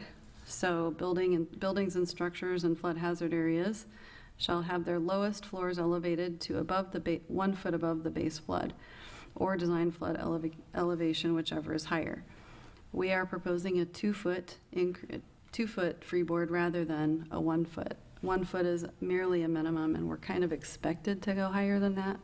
I just did a little research, and so here's a jurisdictional comparison of who's got what. Pinellas County has a 2-foot freeboard. Clearwater's 2 feet. Reddington Shores is 2 feet. Madeira Beach is 4 feet. And Madeira Beach is 4 feet? 4 feet. They went to 4 feet. They considered adopting the Pinellas County Vulnerability Study, which actually, if they had, it would result in a 2-foot higher elevation in some places, 1 to 2 feet. Instead of doing that, they just said, well, let's do 2 feet of freeboard plus another 2 feet to compensate for not using that map, and everybody's at 4 feet. So if you drive around Madeira Beach, you'll see a lot of the residential structures do seem much taller than the ones we have here. I'm sure they've, been flexible with some of their building heights, or more flexible than we are, in order to achieve that, because 4 feet's pretty significant. So, South Pasadena, Treasure Island, and St. Pete all have 2 foot of freeboard as well. Now, many jurisdictions are using the firm maps, which are what we have adopted. We are going to look at also adopting the Pinellas County Vulnerability Study, because those maps are not only more current and more accurate as to what our flood elevations really are, they're going to provide more resiliency and another comparison tool. This higher standard would also yield a lot of points on the CRS audit that we're going through, so something to I'm trying to understand how this is going to affect the design of new homes. So 2 feet of freeboard on top of, what's the average, elevation? Many are in the 10 to 11 in the worst case areas. Okay, so Some are less. 11 we go to 13. Mm-hmm. And what would be average grade would be, say, 5 feet there? 5, 6 feet. 6 feet? Mm-hmm. So if you're planning on building a garage down below and your home up above, Mm-hmm. it's not really affecting your design, and this 2 foot freeboard is not really, It just raises that lowest floor 2 feet higher than it already is. Then it would be, or 1 foot higher than we're currently requiring now. We're Yeah, just but adding one more that's what foot. I'm saying, though, if you're stretching anyway and putting, making sure you have enough for garage height, Sure. then that 2 feet, am I wrong in saying it's not necessarily really affecting what you were planning on doing anyway? Yeah, it doesn't affect the design. of Okay. the house. So the debate over the maps, Mhm. since Risk 2.0 came out, we've been having this debate. Do we use FEMA's, that map, the county's map? What does adopting the county's map, have any impact to the insurance rating? Because if FEMA's using their map, I assume, for calculating their insurance premiums, and we're using a different map, are we going to have a problem? Because I know correct me if I'm wrong, but it's 2-year-old discussion, 2 years, mm-hmm. and I don't think there's I don't know if it's progressed or anyone's in agreement. Come on. Yeah. So the FEMA, the flood insurance rate maps, the firms, I think they're going to end up changing the name of those because they are no longer used for the flood insurance rating. So risk rating 1.0 was look at the map, what's the base flood elevation, what's the finished floor, is it +2, -2, is it positive rated, negative rated, what's the flood zone, and it came off of a rating table, and that was the premium. Now they're using CAT models, and they've kind of morphed into a methodology that's more like the private industry, so they're not really using the maps anymore for the flood insurance ratings. The only thing the map is really used for is to determine whether or not it's required with a federally backed mortgage. You're in or you're out for the requirement to have the insurance. But as far as the rate and the premium goes, that's not based on the map anymore. Okay, so it's based on something else besides the Based map. on real data. And now we've got the Pinellas map. If we're going to use this, we're still not, are we on with different data than being used for the insurance market? And could that cause us a problem? Go ahead. Okay. So the maps are used for your regulatory purposes now, not for the insurance. So try to think of it separately. So if you're using the best available data that we have right now to establish what that minimum elevation should be for a building, then you will end up probably rating a lower premium when the CAT models get run, because you're built to an elevation which we're looking at the 100-year storm elevation. Well, these probability models are running all the storms. They're running everything from your mean annual all the way up to the 1,000-year storm. They're looking at multiple scenarios. They're catastrophe models that they're running. And they're basing it on those risks. And we call it the black box because there's so many algorithms in it.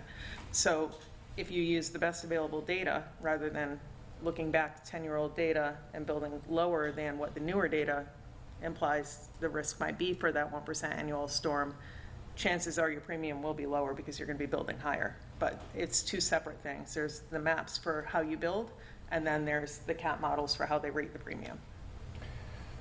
So let me ask another way, then.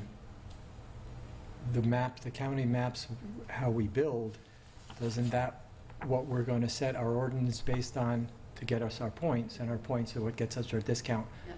and that's what hits the residents' pockets? Yes. So, again, are we by using two separate sources, a different source of data than's being used for here, how do we make sure, obviously if you're more conservative or ahead of here, you're good. Right. But if we ever go this way, and how do we, and then we lose our points and we go back from a 4 to a 6? Well, we're using one or the other. The firm is the minimum standard, so we've already got that in our ordinance. We're saying let's look at local data so that we can get a more stringent, we're using a more stringent map, a more realistic and accurate map, which is going to, in many areas of St. Pete Beach, can be 1 foot to 2 feet higher than what the firm map is. Where the elevations that we're seeing on the firm maps are 1 to 2 feet lower than what the our Pinellas County study has produced. So we're seeing actual data from more recent storms, from 2017? 2018? 2018. So are we being more conservative because it's better for resiliency, or are we being more conservative because it's going to help us here? Both. Okay. It's both. I mean, we want to see more resiliency. If I'm building a house in St. Pete Beach and sea level rise impacts, like we saw earlier, are 5-fold what they originally thought, and I already built my house to 1 foot freeboard, and nobody looked at that data and said, hey, we need to increase our freeboard, I'm going to be upset that now I've got water in my house that I raised. And that, in Mexico Beach, that happened. They had 20-foot storm surge. Even if you raised to 13 feet, you got, a good amount of water inside. Your house is still standing. You've got some repairs to do. But The reason I'm asking, fine, it's good. I understand. I'm also thinking about affordability in the real estate market. If we get to a point, we could raise it 4, 5. People won't be, people can't afford their insurance today. How do we just make sure it all balances out? I'm not saying that we should cut standards and set ourselves up for a disaster, but I also want to make sure that it's achievable and reasonable and achievable. And people just don't say, I got to move, this is crazy. I'm not going to pay $20K a year in insurance. I'm selling, I'm out. Right. I don't have information on insurance rates and how these things are going to impact, these changes will impact that. I can do some research and get you some more information and share if that's helpful. My biggest focus is the resiliency of what a new structure needs to conform to. Understood. And if people are spending the kind of money they're spending to build a new structure, let's make sure that what they're putting in is on pilings, it's high enough, they're good to go, they don't have to worry. So. Okay, let's keep going. I understand, right. Thank you. You're welcome. So I'm not going to read that slide to you. You've had a chance to review the lower section that we're adding. This is where we mention locally determined data shall include but not be limited to the Pinellas County sea level rise and storm surge vulnerability assessment of 2021 and any subsequent amendments thereto. Where data conflicts, the flood hazard will be determined by the floodplain administrator. So again, they'll have to do some studies that might require outside engineering consultant to look at in some situations, but we do our diligence before we make a determination of an elevation if there's any conflicting data. So you've already met Lisa Foster. I want to just introduce her briefly. I didn't do that at the beginning. Lisa has been a strong advocate throughout the Tampa Bay region for stronger floodplain regulations. She is a regular speaker at the Florida Floodplain Managers Association annual conference and the Tampa Bay Regional Planning Council Resiliency Summit. We're glad to have her here to give her insight in how the study was conducted and what that data says for St. Pete Beach. So Ryan, you can cue part 2, the Pinellas County. There we go. That's your, yep. Thank you all for having me. I was here a couple of years ago presenting on the very same topic and presented all the data to you. I've pulled some of the same slides and then a few new slides just to kind of highlight some of the pieces of this. What we don't have here is the comparison to your current effective map and the vulnerability assessment. When I originally provided this presentation, it was a comparison of the map that you had in effect for the 20 prior years. So this is in Reddington Shores. This is Tropical Storm Ada. This was a very small storm and it impacted a lot of people, and we saw similar but on a much grander scale just recently with Idalia. These were the impacts, and these photos kind of go to the point of the what should you or should you not include in the substantial improvement, cumulative substantial improvement, and whether or not you leave things in or take things out, which was the discussion you had earlier. I did make a quick note on that. You mentioned the calamity referendum. It was just broadly misunderstood, I believe, that Mike Twitty, I worked on it with Mike Twitty to not reassess the structure. If you do a demo rebuild for mitigation purposes, it falls under the calamity provision, and it won't be reassessed for that same size up to a 10% additional threshold. So within 110%. Now, if you go bigger, that would be perfectly allowable, but anything beyond that 110% threshold would be counted as new construction for tax purposes. So as you know, that did not pass, and I'm still working with Mike Twitty on other things that we can try to do to incentivize folks to go up, because the tax thing is an issue, and we recognize that. So hopefully we'll make some progress with that again. Is there a thought of bringing something similar back? You said other things, but... I'm hopeful. I've had the conversations with him, and, you know, I think the desire wasn't to do it this year because it was just on last year's. Yeah. But I'm going to let him drive the bus on that and be his Okay. subject matter expert. Okay. Yep. That did pass by more than 50%, right? It just didn't get to the 60%. I think it was off by 1%. Yeah. Yep. Gosh. Wow. It was very close. I think it was just really misunderstood. That's what I think, too. Yeah. And there wasn't anybody really championing it, Right. which I understand we can't use public dollars to advocate. Right. And Florida Floodplain Managers Association got behind it, and, you know, they sent out, you know, information about it, and some other organizations did too. But I think there were a lot of other things that were more front and center on the ballot. Yeah. So it just kind of got put in the background. Anyhow, that's on that. So we're also talking about adding repetitive loss properties. If you're deemed repetitive loss, can that be considered a calamity? So Mike's looking into that too right now, just trying to think of things that would help folks and incentivize them to go up. Okay, so we know that we have flooding problems here in Pinellas County. We're seeing more frequent of these smaller storms, which are damaging these, you know, the inventory of houses that we have on the ground, which is why there is a need to get people up off the ground. Mitigation saves, this is from, I believe, last year's numbers from FEMA. You are in the hurricane surge category, so these are the dollars estimated that would be saved by going ahead and elevating, basically. So if you elevate these houses that are repetitively flooding, then you're going to save $7 for every dollar on that investment over time. So we did a sea level rise and storm surge vulnerability assessment, and we did this prior to the legislation coming out saying everybody has to do a vulnerability assessment. And we sort of looked at the crystal ball to try to guess what was going to be required when the legislation did go through. And we were pretty darn close. We're doing a phase 2 now to fill in the blanks that we missed, like intermediate high we did not do. We did intermediate and we did high, but we did not do intermediate high scenario. So we are doing a vulnerability assessment phase 2. That is the countywide project.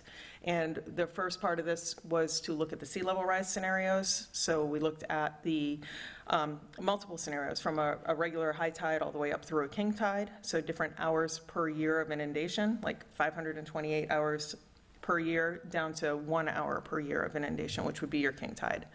And then those layers were used to incorporate into the storm surge model. So Dr. Schenk from University of Florida did the storm surge modeling, and then we overlaid the antecedent conditions with those sea level rise scenarios. The time horizons we looked at were 2040, 2070, and 2100. The storm events we ran for the storm surge modeling were your 25-year, your 50-year, your 100-year, your 500-year storm. So we have all these different probability storms over various time horizons, taking into account sea level rise. The firm data, the FEMA data, there was a FEMA map update, which you all recently adopted in 2021, as did the county. And during that, which kicked off, I believe, in 2012, so that data is quite old that they used to put in, but they have, you know, they got to draw a line in the sand somewhere with what data is going into the models that we're going to do. So that started in 2012, so it didn't include any of those storms that were after 2012. And then the county, separate and apart from this, kicked off their vulnerability assessment, and that was in 2018. So the county's storm surge models include more storms in their probability model. The model that was used for the FEMA study was ADCIRC and SWAN, and the vulnerability assessment was CH3D and SWAN. And then another piece of this is the LIDAR. So once you run the models, you get your flood elevations for your different probabilistic storms. So here are your flood elevations. Well, now you have to map them. So you need to use topography data. And the FEMA study used the 2007 LIDAR. So that's your topo data from 2007. So when you put that flood on that elevation, what's the flood depth? You get a depth grid. And then the county used the 2017 LIDAR, which is a very good data set.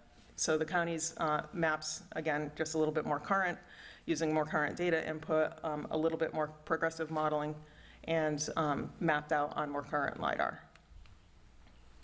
So when we compared the prior firm, now this is the firm that was in effect from 2003 all the way up through 2021, when we compared that map to the new vulnerability assessment current conditions, no sea level rise taken into account here, this is just the current conditions, 1% annual chance storm, so it's apples to apples as far as which storm we're looking at. It was approximately a foot higher, or the same across the county for the vulnerability assessment. So our study did show a little bit higher base flood elevations, but not drastically. And we saw, when we compared the old FEMA map to the new FEMA map, we were really surprised and a little frightened, to be honest with you, because we had a decrease in base flood elevations all the way down the entire coast, which is sort of the opposite of what you anticipate now with conditions with sea level rise and things like that. So we were pretty surprised to see this. The Bay side, the Tampa Bay side, we actually had increases. We weren't as surprised about that because that had never had the coastal models that run before. So there are a lot of coastal transects in there. And our vulnerability assessment is actually pretty similar in a lot of areas on the Bay side until you get all the way up into Upper Tampa Bay, where the FEMA model kind of stops at that Lake Tarpon outfall weir. So you go from your riverine lake base flood elevation of like, I don't know, 6 or 7 to approximately 12 feet in Upper Tampa Bay because they didn't blend it. So our study lets that surge push up into Lake Tarpon, so our elevations around Lake Tarpon are a little bit higher. But the big point here for you all is the red on the barrier islands. So we see this decrease in the flood elevations between the two FEMA maps. So essentially your entire city went from a higher standard to a lower standard as far as minimum elevation goes when you adopted the maps in 2021. These are the actual elevation differences across the county, and you can see the reds, the oranges, and the yellows. So this was the old FEMA map to the current FEMA map. You can see that for St. Pete Beach, you're in that 2 to 3 foot lower than you used to be range. And here's a zoomed in area here. So you've got 43% of the city was a foot lower than the prior FEMA map. 40% is 2 feet lower, and then you've got some that's even lower. And this is just the difference between the old FEMA map, what you had been regulating to for about 20 years, to the one that you adopted in 2021. So your current elevation requirements are a few feet lower than what they have been in the past.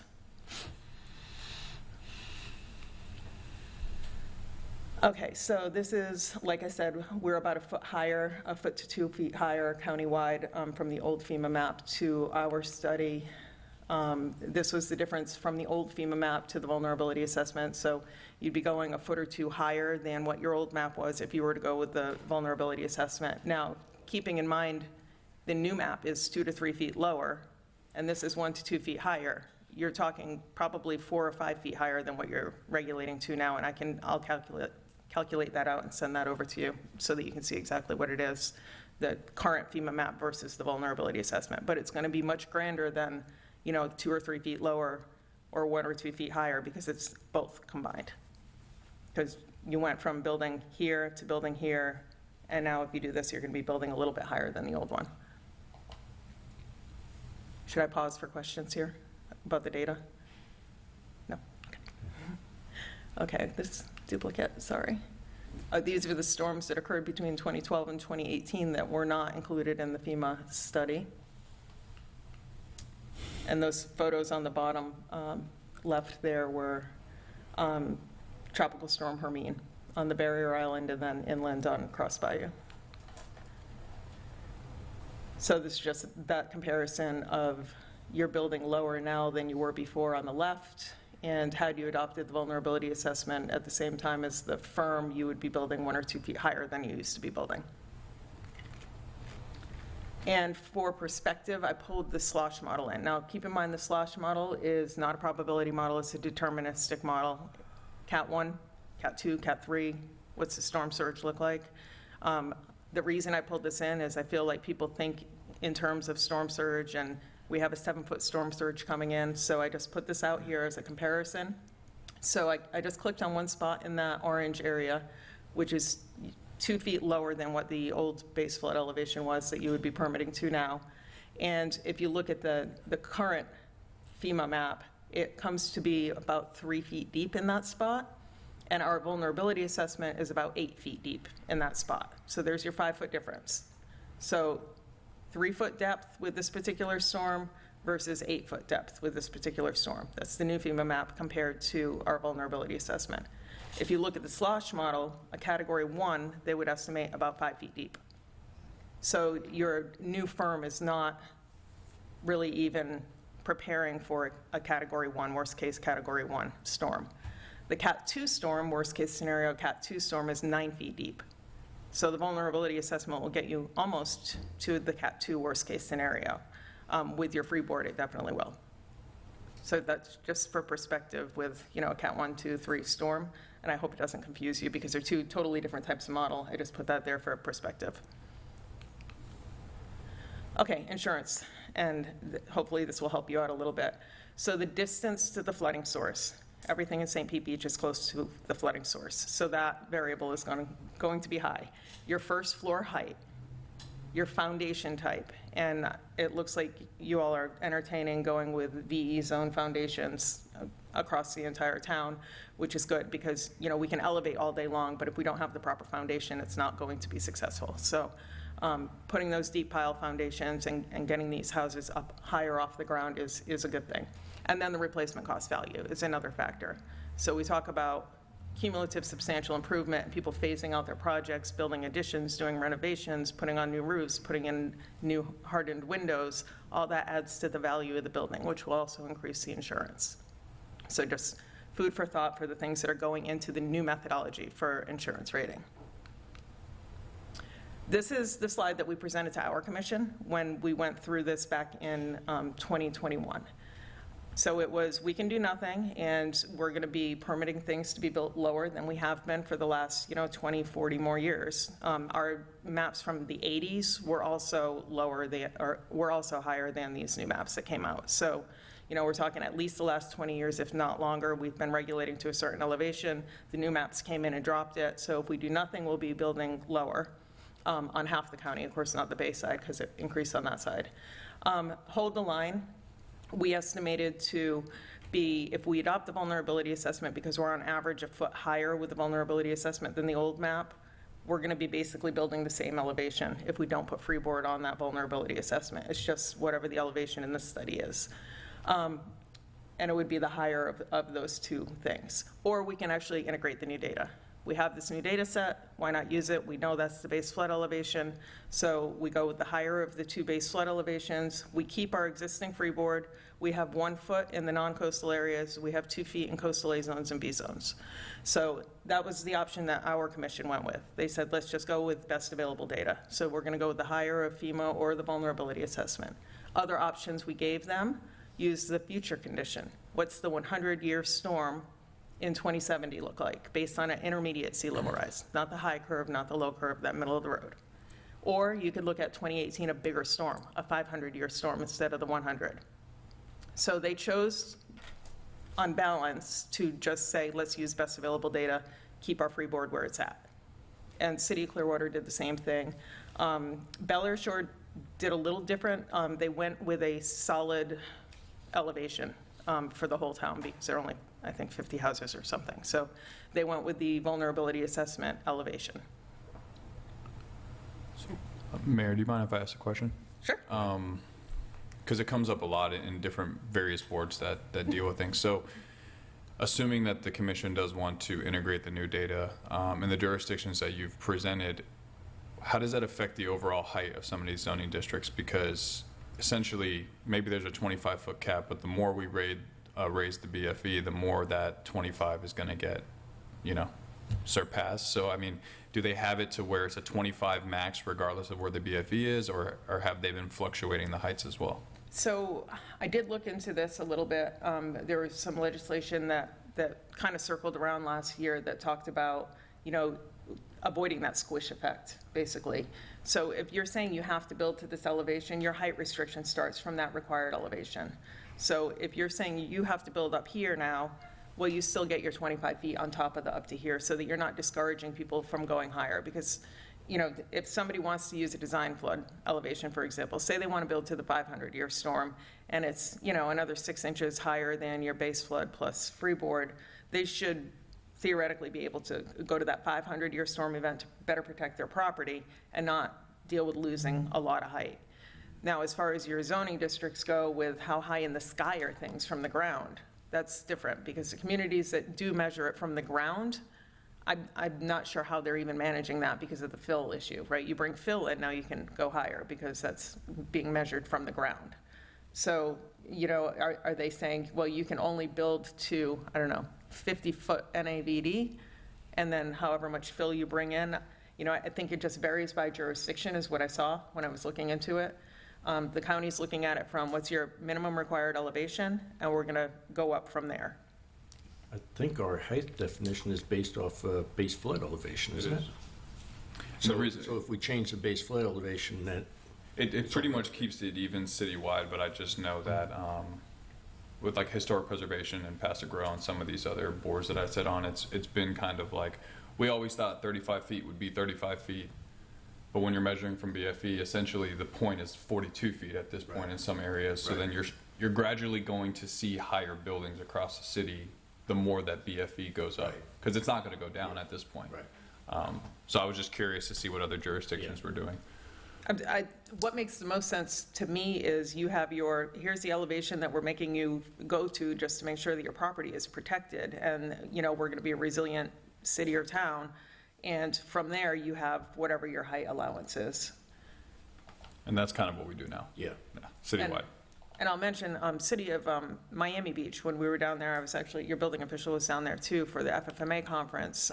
We did a little tour of Miami Beach, and what they are doing is making those first floors be very high, and then gradually raising those the first floor elevations, so the garage slabs. So you have overhead room to raise those garage slabs as things get built out and, you know, people start filling, and then you can kind of bring in the infill, raise roads, do some other mitigation activities. You'll have that head space because now you're so far above that ground elevation, you've got space to come up a little bit on the inside of the garage.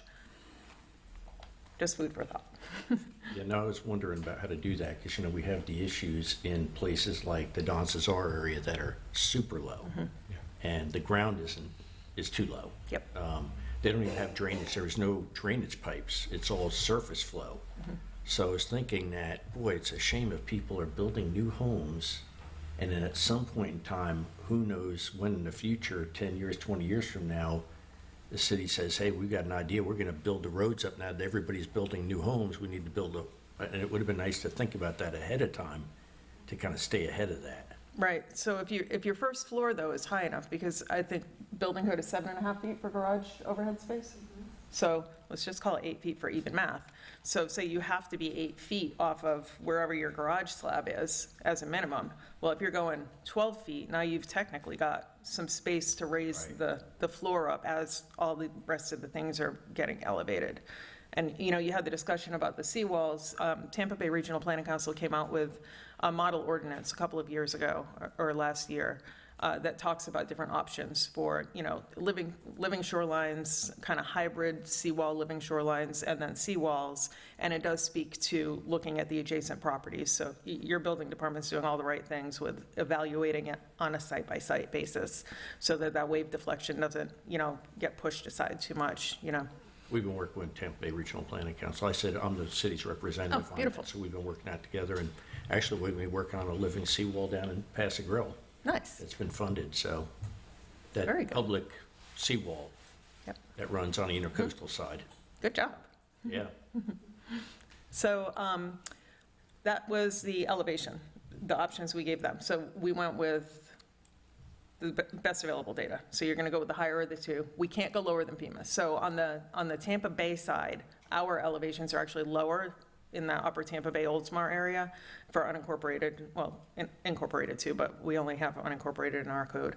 So in that area, we have to go with FEMA because you can't go lower than the regulatory one unless you go through a map change process.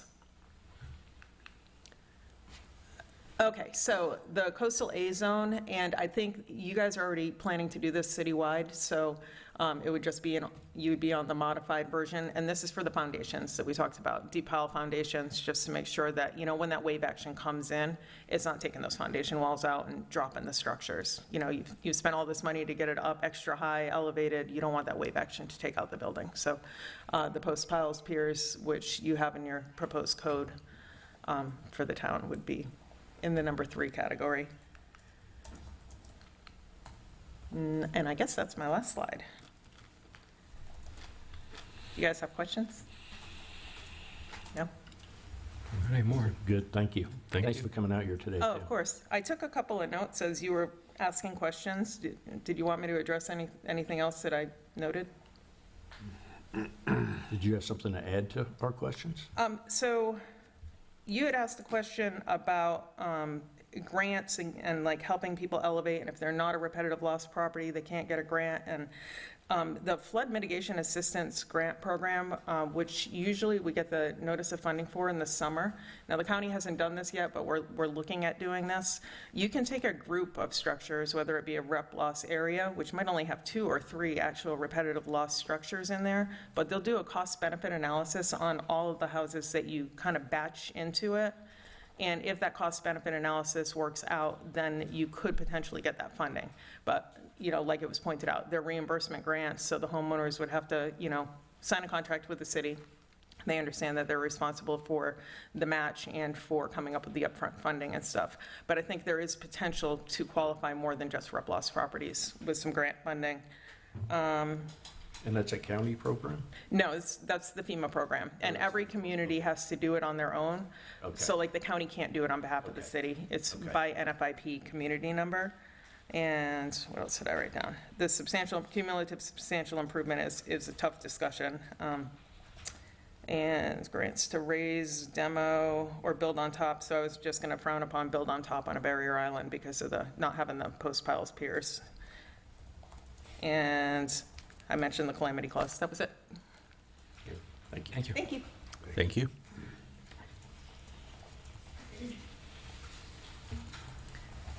Well, you've heard a lot of information today, and I appreciate that you've all participated and kind of had this conversation about where we're going to go next or where we'd like to go next.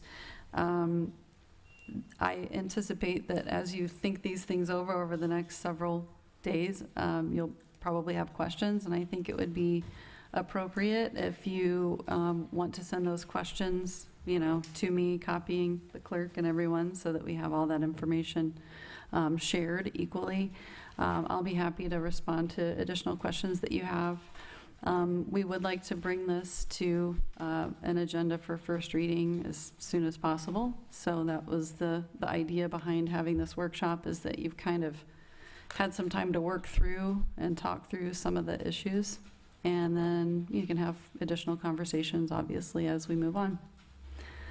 But we would like to see some more resilient things put into our ordinance. We want to get some of the things out of the ordinance that shouldn't be there, clean it up, and make it a little bit more clear for anyone reading it. So, does anybody have any wrap-up questions? Did you get what you needed from us? Sure. Participation is where it's at. You did. Everybody gets an A+ for that, so I expected nothing less. Is this in the form of an ordinance? Yes. Yeah. Okay. Duly noted. Thank you. You're welcome. Okay. Great. I did have a question, just trying to find out. When we talked about the exemptions, Yeah, that's the. I want to get a better feel for how many points there are for certain things. I mean, do we have some leeway in there? To be honest, I don't know how they categorize the points. I think it's all or nothing when it comes to exemptions on the substantial improvement. Is that what you're talking about? Yeah. Okay.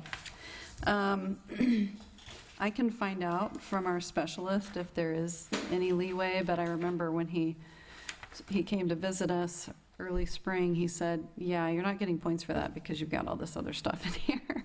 So, his recommendation is if you can get it out, that'd be great. Then you'll accumulate all of those points. I mean, I'm just thinking of something that's hard to predict. Like, you don't know when your air conditioning is going to go out. Yeah. Exactly. No. Your compressor goes out of that, yeah. And so, I mean, for somebody who's like right on that edge and has been careful and trying to plan it out right, so, I mean, that's what I'm just trying to understand. What's the leeway and what's the points that we're chasing for Right. this. I mean, there are some scenarios I could imagine, such as AC going out. I mean, you know what kind of summer we just had. Yeah. To not have AC could be a life safety issue, and definitely would be. And so those are issues that are exempt in that first item.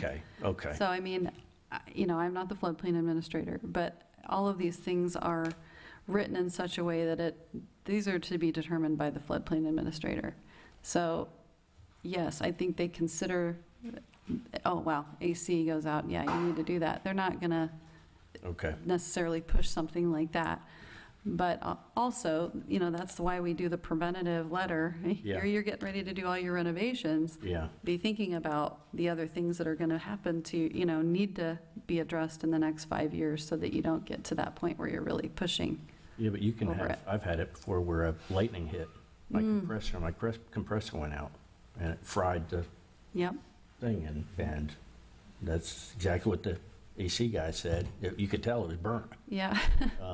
And, you know, just had to get it replaced. Yeah. Yeah, you can't anticipate everything, but, you know, that's precisely why we put out that warning letter. Like, you need to be aware that you're getting really close, and, you know. Can I just make one comment? Sure. I know that a lot of times to get your insurance renewed these days, you have to have what's called a 4-point inspection, which I believe is roof, AC, electrical panel. There's certain things that have to be up to date, and there's some old, I know there's some old electrical panels out here on the beach. Yeah. Maybe just we exempt things that would you know, prohibit people from getting insurance. But I understand if you're saying that if we can't have any exemptions as What- opposed to some. When you're looking at an electrical panel, I think a lot of times those get done at the same time as a major renovation because they're going to need the circuitry. And on an old 60s, 70s house, you're going to have a 100-amp panel, you need a 200-amp panel. But if you have to have a 4-point inspection for insurance, if your panel is a substandard panel, which there's certain manufactured panels out there that insurance companies will not insure anymore. Right. So if you're forced to replace an electrical panel, I get it. That's all, you know. It's some minimal, less than $5,000, but still to have that have to go towards your $2,500, yeah. Yeah. So I don't know. So maybe the question we need to answer is, are all exemptions, if we put in any exemptions, is that going to eliminate all of the points? Or can we put in some exemption and not lose? I think it's all or nothing. I think if you put exemptions in there, you're not going to get the credit. Okay, let's clarify that, just make sure that we Okay. have a We definitive can do that. answer on that, because again, there's some, you know, water heaters, ACs, things that they could be just out of warranty, 2 years old. Sure. Right. That's when they usually break. And if they get to that point where they're like, oh gosh, we're awfully close to FEMA and we know property values have been on the rise, then we can say, hey, get another appraisal. And if you're, you know, obviously that extra cushion gives you the option to go ahead and get that work done. So it may just be another appraisal that gets them the additional cushion. Oh, so you could get, during that 5-year period, you can get additional appraisals? Okay. Or if your house has been reassessed. Yeah. Right. Okay. Go ahead. Yes, sir. I think it's two good questions that need to be answered. The one, is it all or nothing? And the number of points that board asks, I think that's two important questions before we move forward. And then as far as moving forward, are you all ready for us to bring this forward to you for an ordinance introduction? Once we get those answers, or do we need more meetings on this, or really, are you ready to move forward with an ordinance? I think the only sticking points that any of us had were with the exemptions. Yeah. Okay. If we get that answer, Yeah. I think I'll get on that. else we're on. Well, I think we need an answer and then decide which path we're going to go. Yeah. Because we may decide, just thinking it out, we're going to put exemptions in at this point and we'll lose the points. But we think overall, in a bottom line, we can still make it.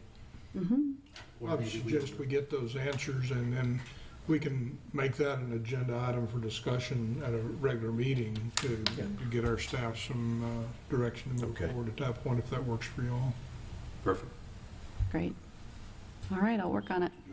Good. And then Thank you. Julie, I just have a procedural question. You said that it kicks out for 8 months. You went through like the timeline in the beginning on the Oh, yeah. review. So is this first reading, then it gets reviewed, and then we adopt second reading? So it'll give us a chance to potentially acquire more points after the review? Yes, we'll get 2 more reviews after this initial review, so even though we're not going to make it in time for our submittal, that's the first submittal, if we submit it on the second one, it will, or third. But And does that's the ordinance have to be fully approved by that point, or? correct. It does? Okay. Thank you, Mayor. So I'm trying to understand it. Do we do a first reading and go through that lengthy process and then do a second reading? Or do we do 2 readings, pass it, and then it goes through that? I would just go through the full process of passing it, and then we submit it to our CRS So auditor. 2 readings. Mhm. Submit it. I thought we were going to have a chance, kind of like the comp plan, like the year, Right. where the state reviews it and then we come back and make change. Right. But that's not the way it works. I mean, we can get an opinion on what we've got. Let's say the first reading kind of goes through with no problems. We can say this is what we've got prepared for the second reading. I'm sure they would give us some feedback on that, but I don't know that we would get timely feedback on that, because it can be 5-6 I was going to months. say, I don't, because typically we do a second reading within I think it's, the next meeting, or skip a meeting, go to the Correct. following meeting, so that doesn't sound like there's enough. Right. So I guess my other question then would be, when would be the effective date of implementing all this? Would be upon the second reading, and then it's just a matter of going through the, whatever you call audit review process, Right, to see submitting whether it. we benefit and how much we benefit from the Correct. insurance. Correct, Okay. yeah. At one time, and I don't know if it's still the fact, at one time they would give you a preliminary review and give you an idea of your points, and I don't know if they will still do that or not. I don't remember them giving us any points on our first or second reviews last cycle visit. I only know our final point score, which I provided in the email. So, yeah, I We can look can into that. try to ask. We can look into that and see if there's any way to get an idea before we get to that second reading. Yeah, All right, thank you very Thank you. much. thank you all. Thanks, Julie. Unless there's anything else, meeting is adjourned.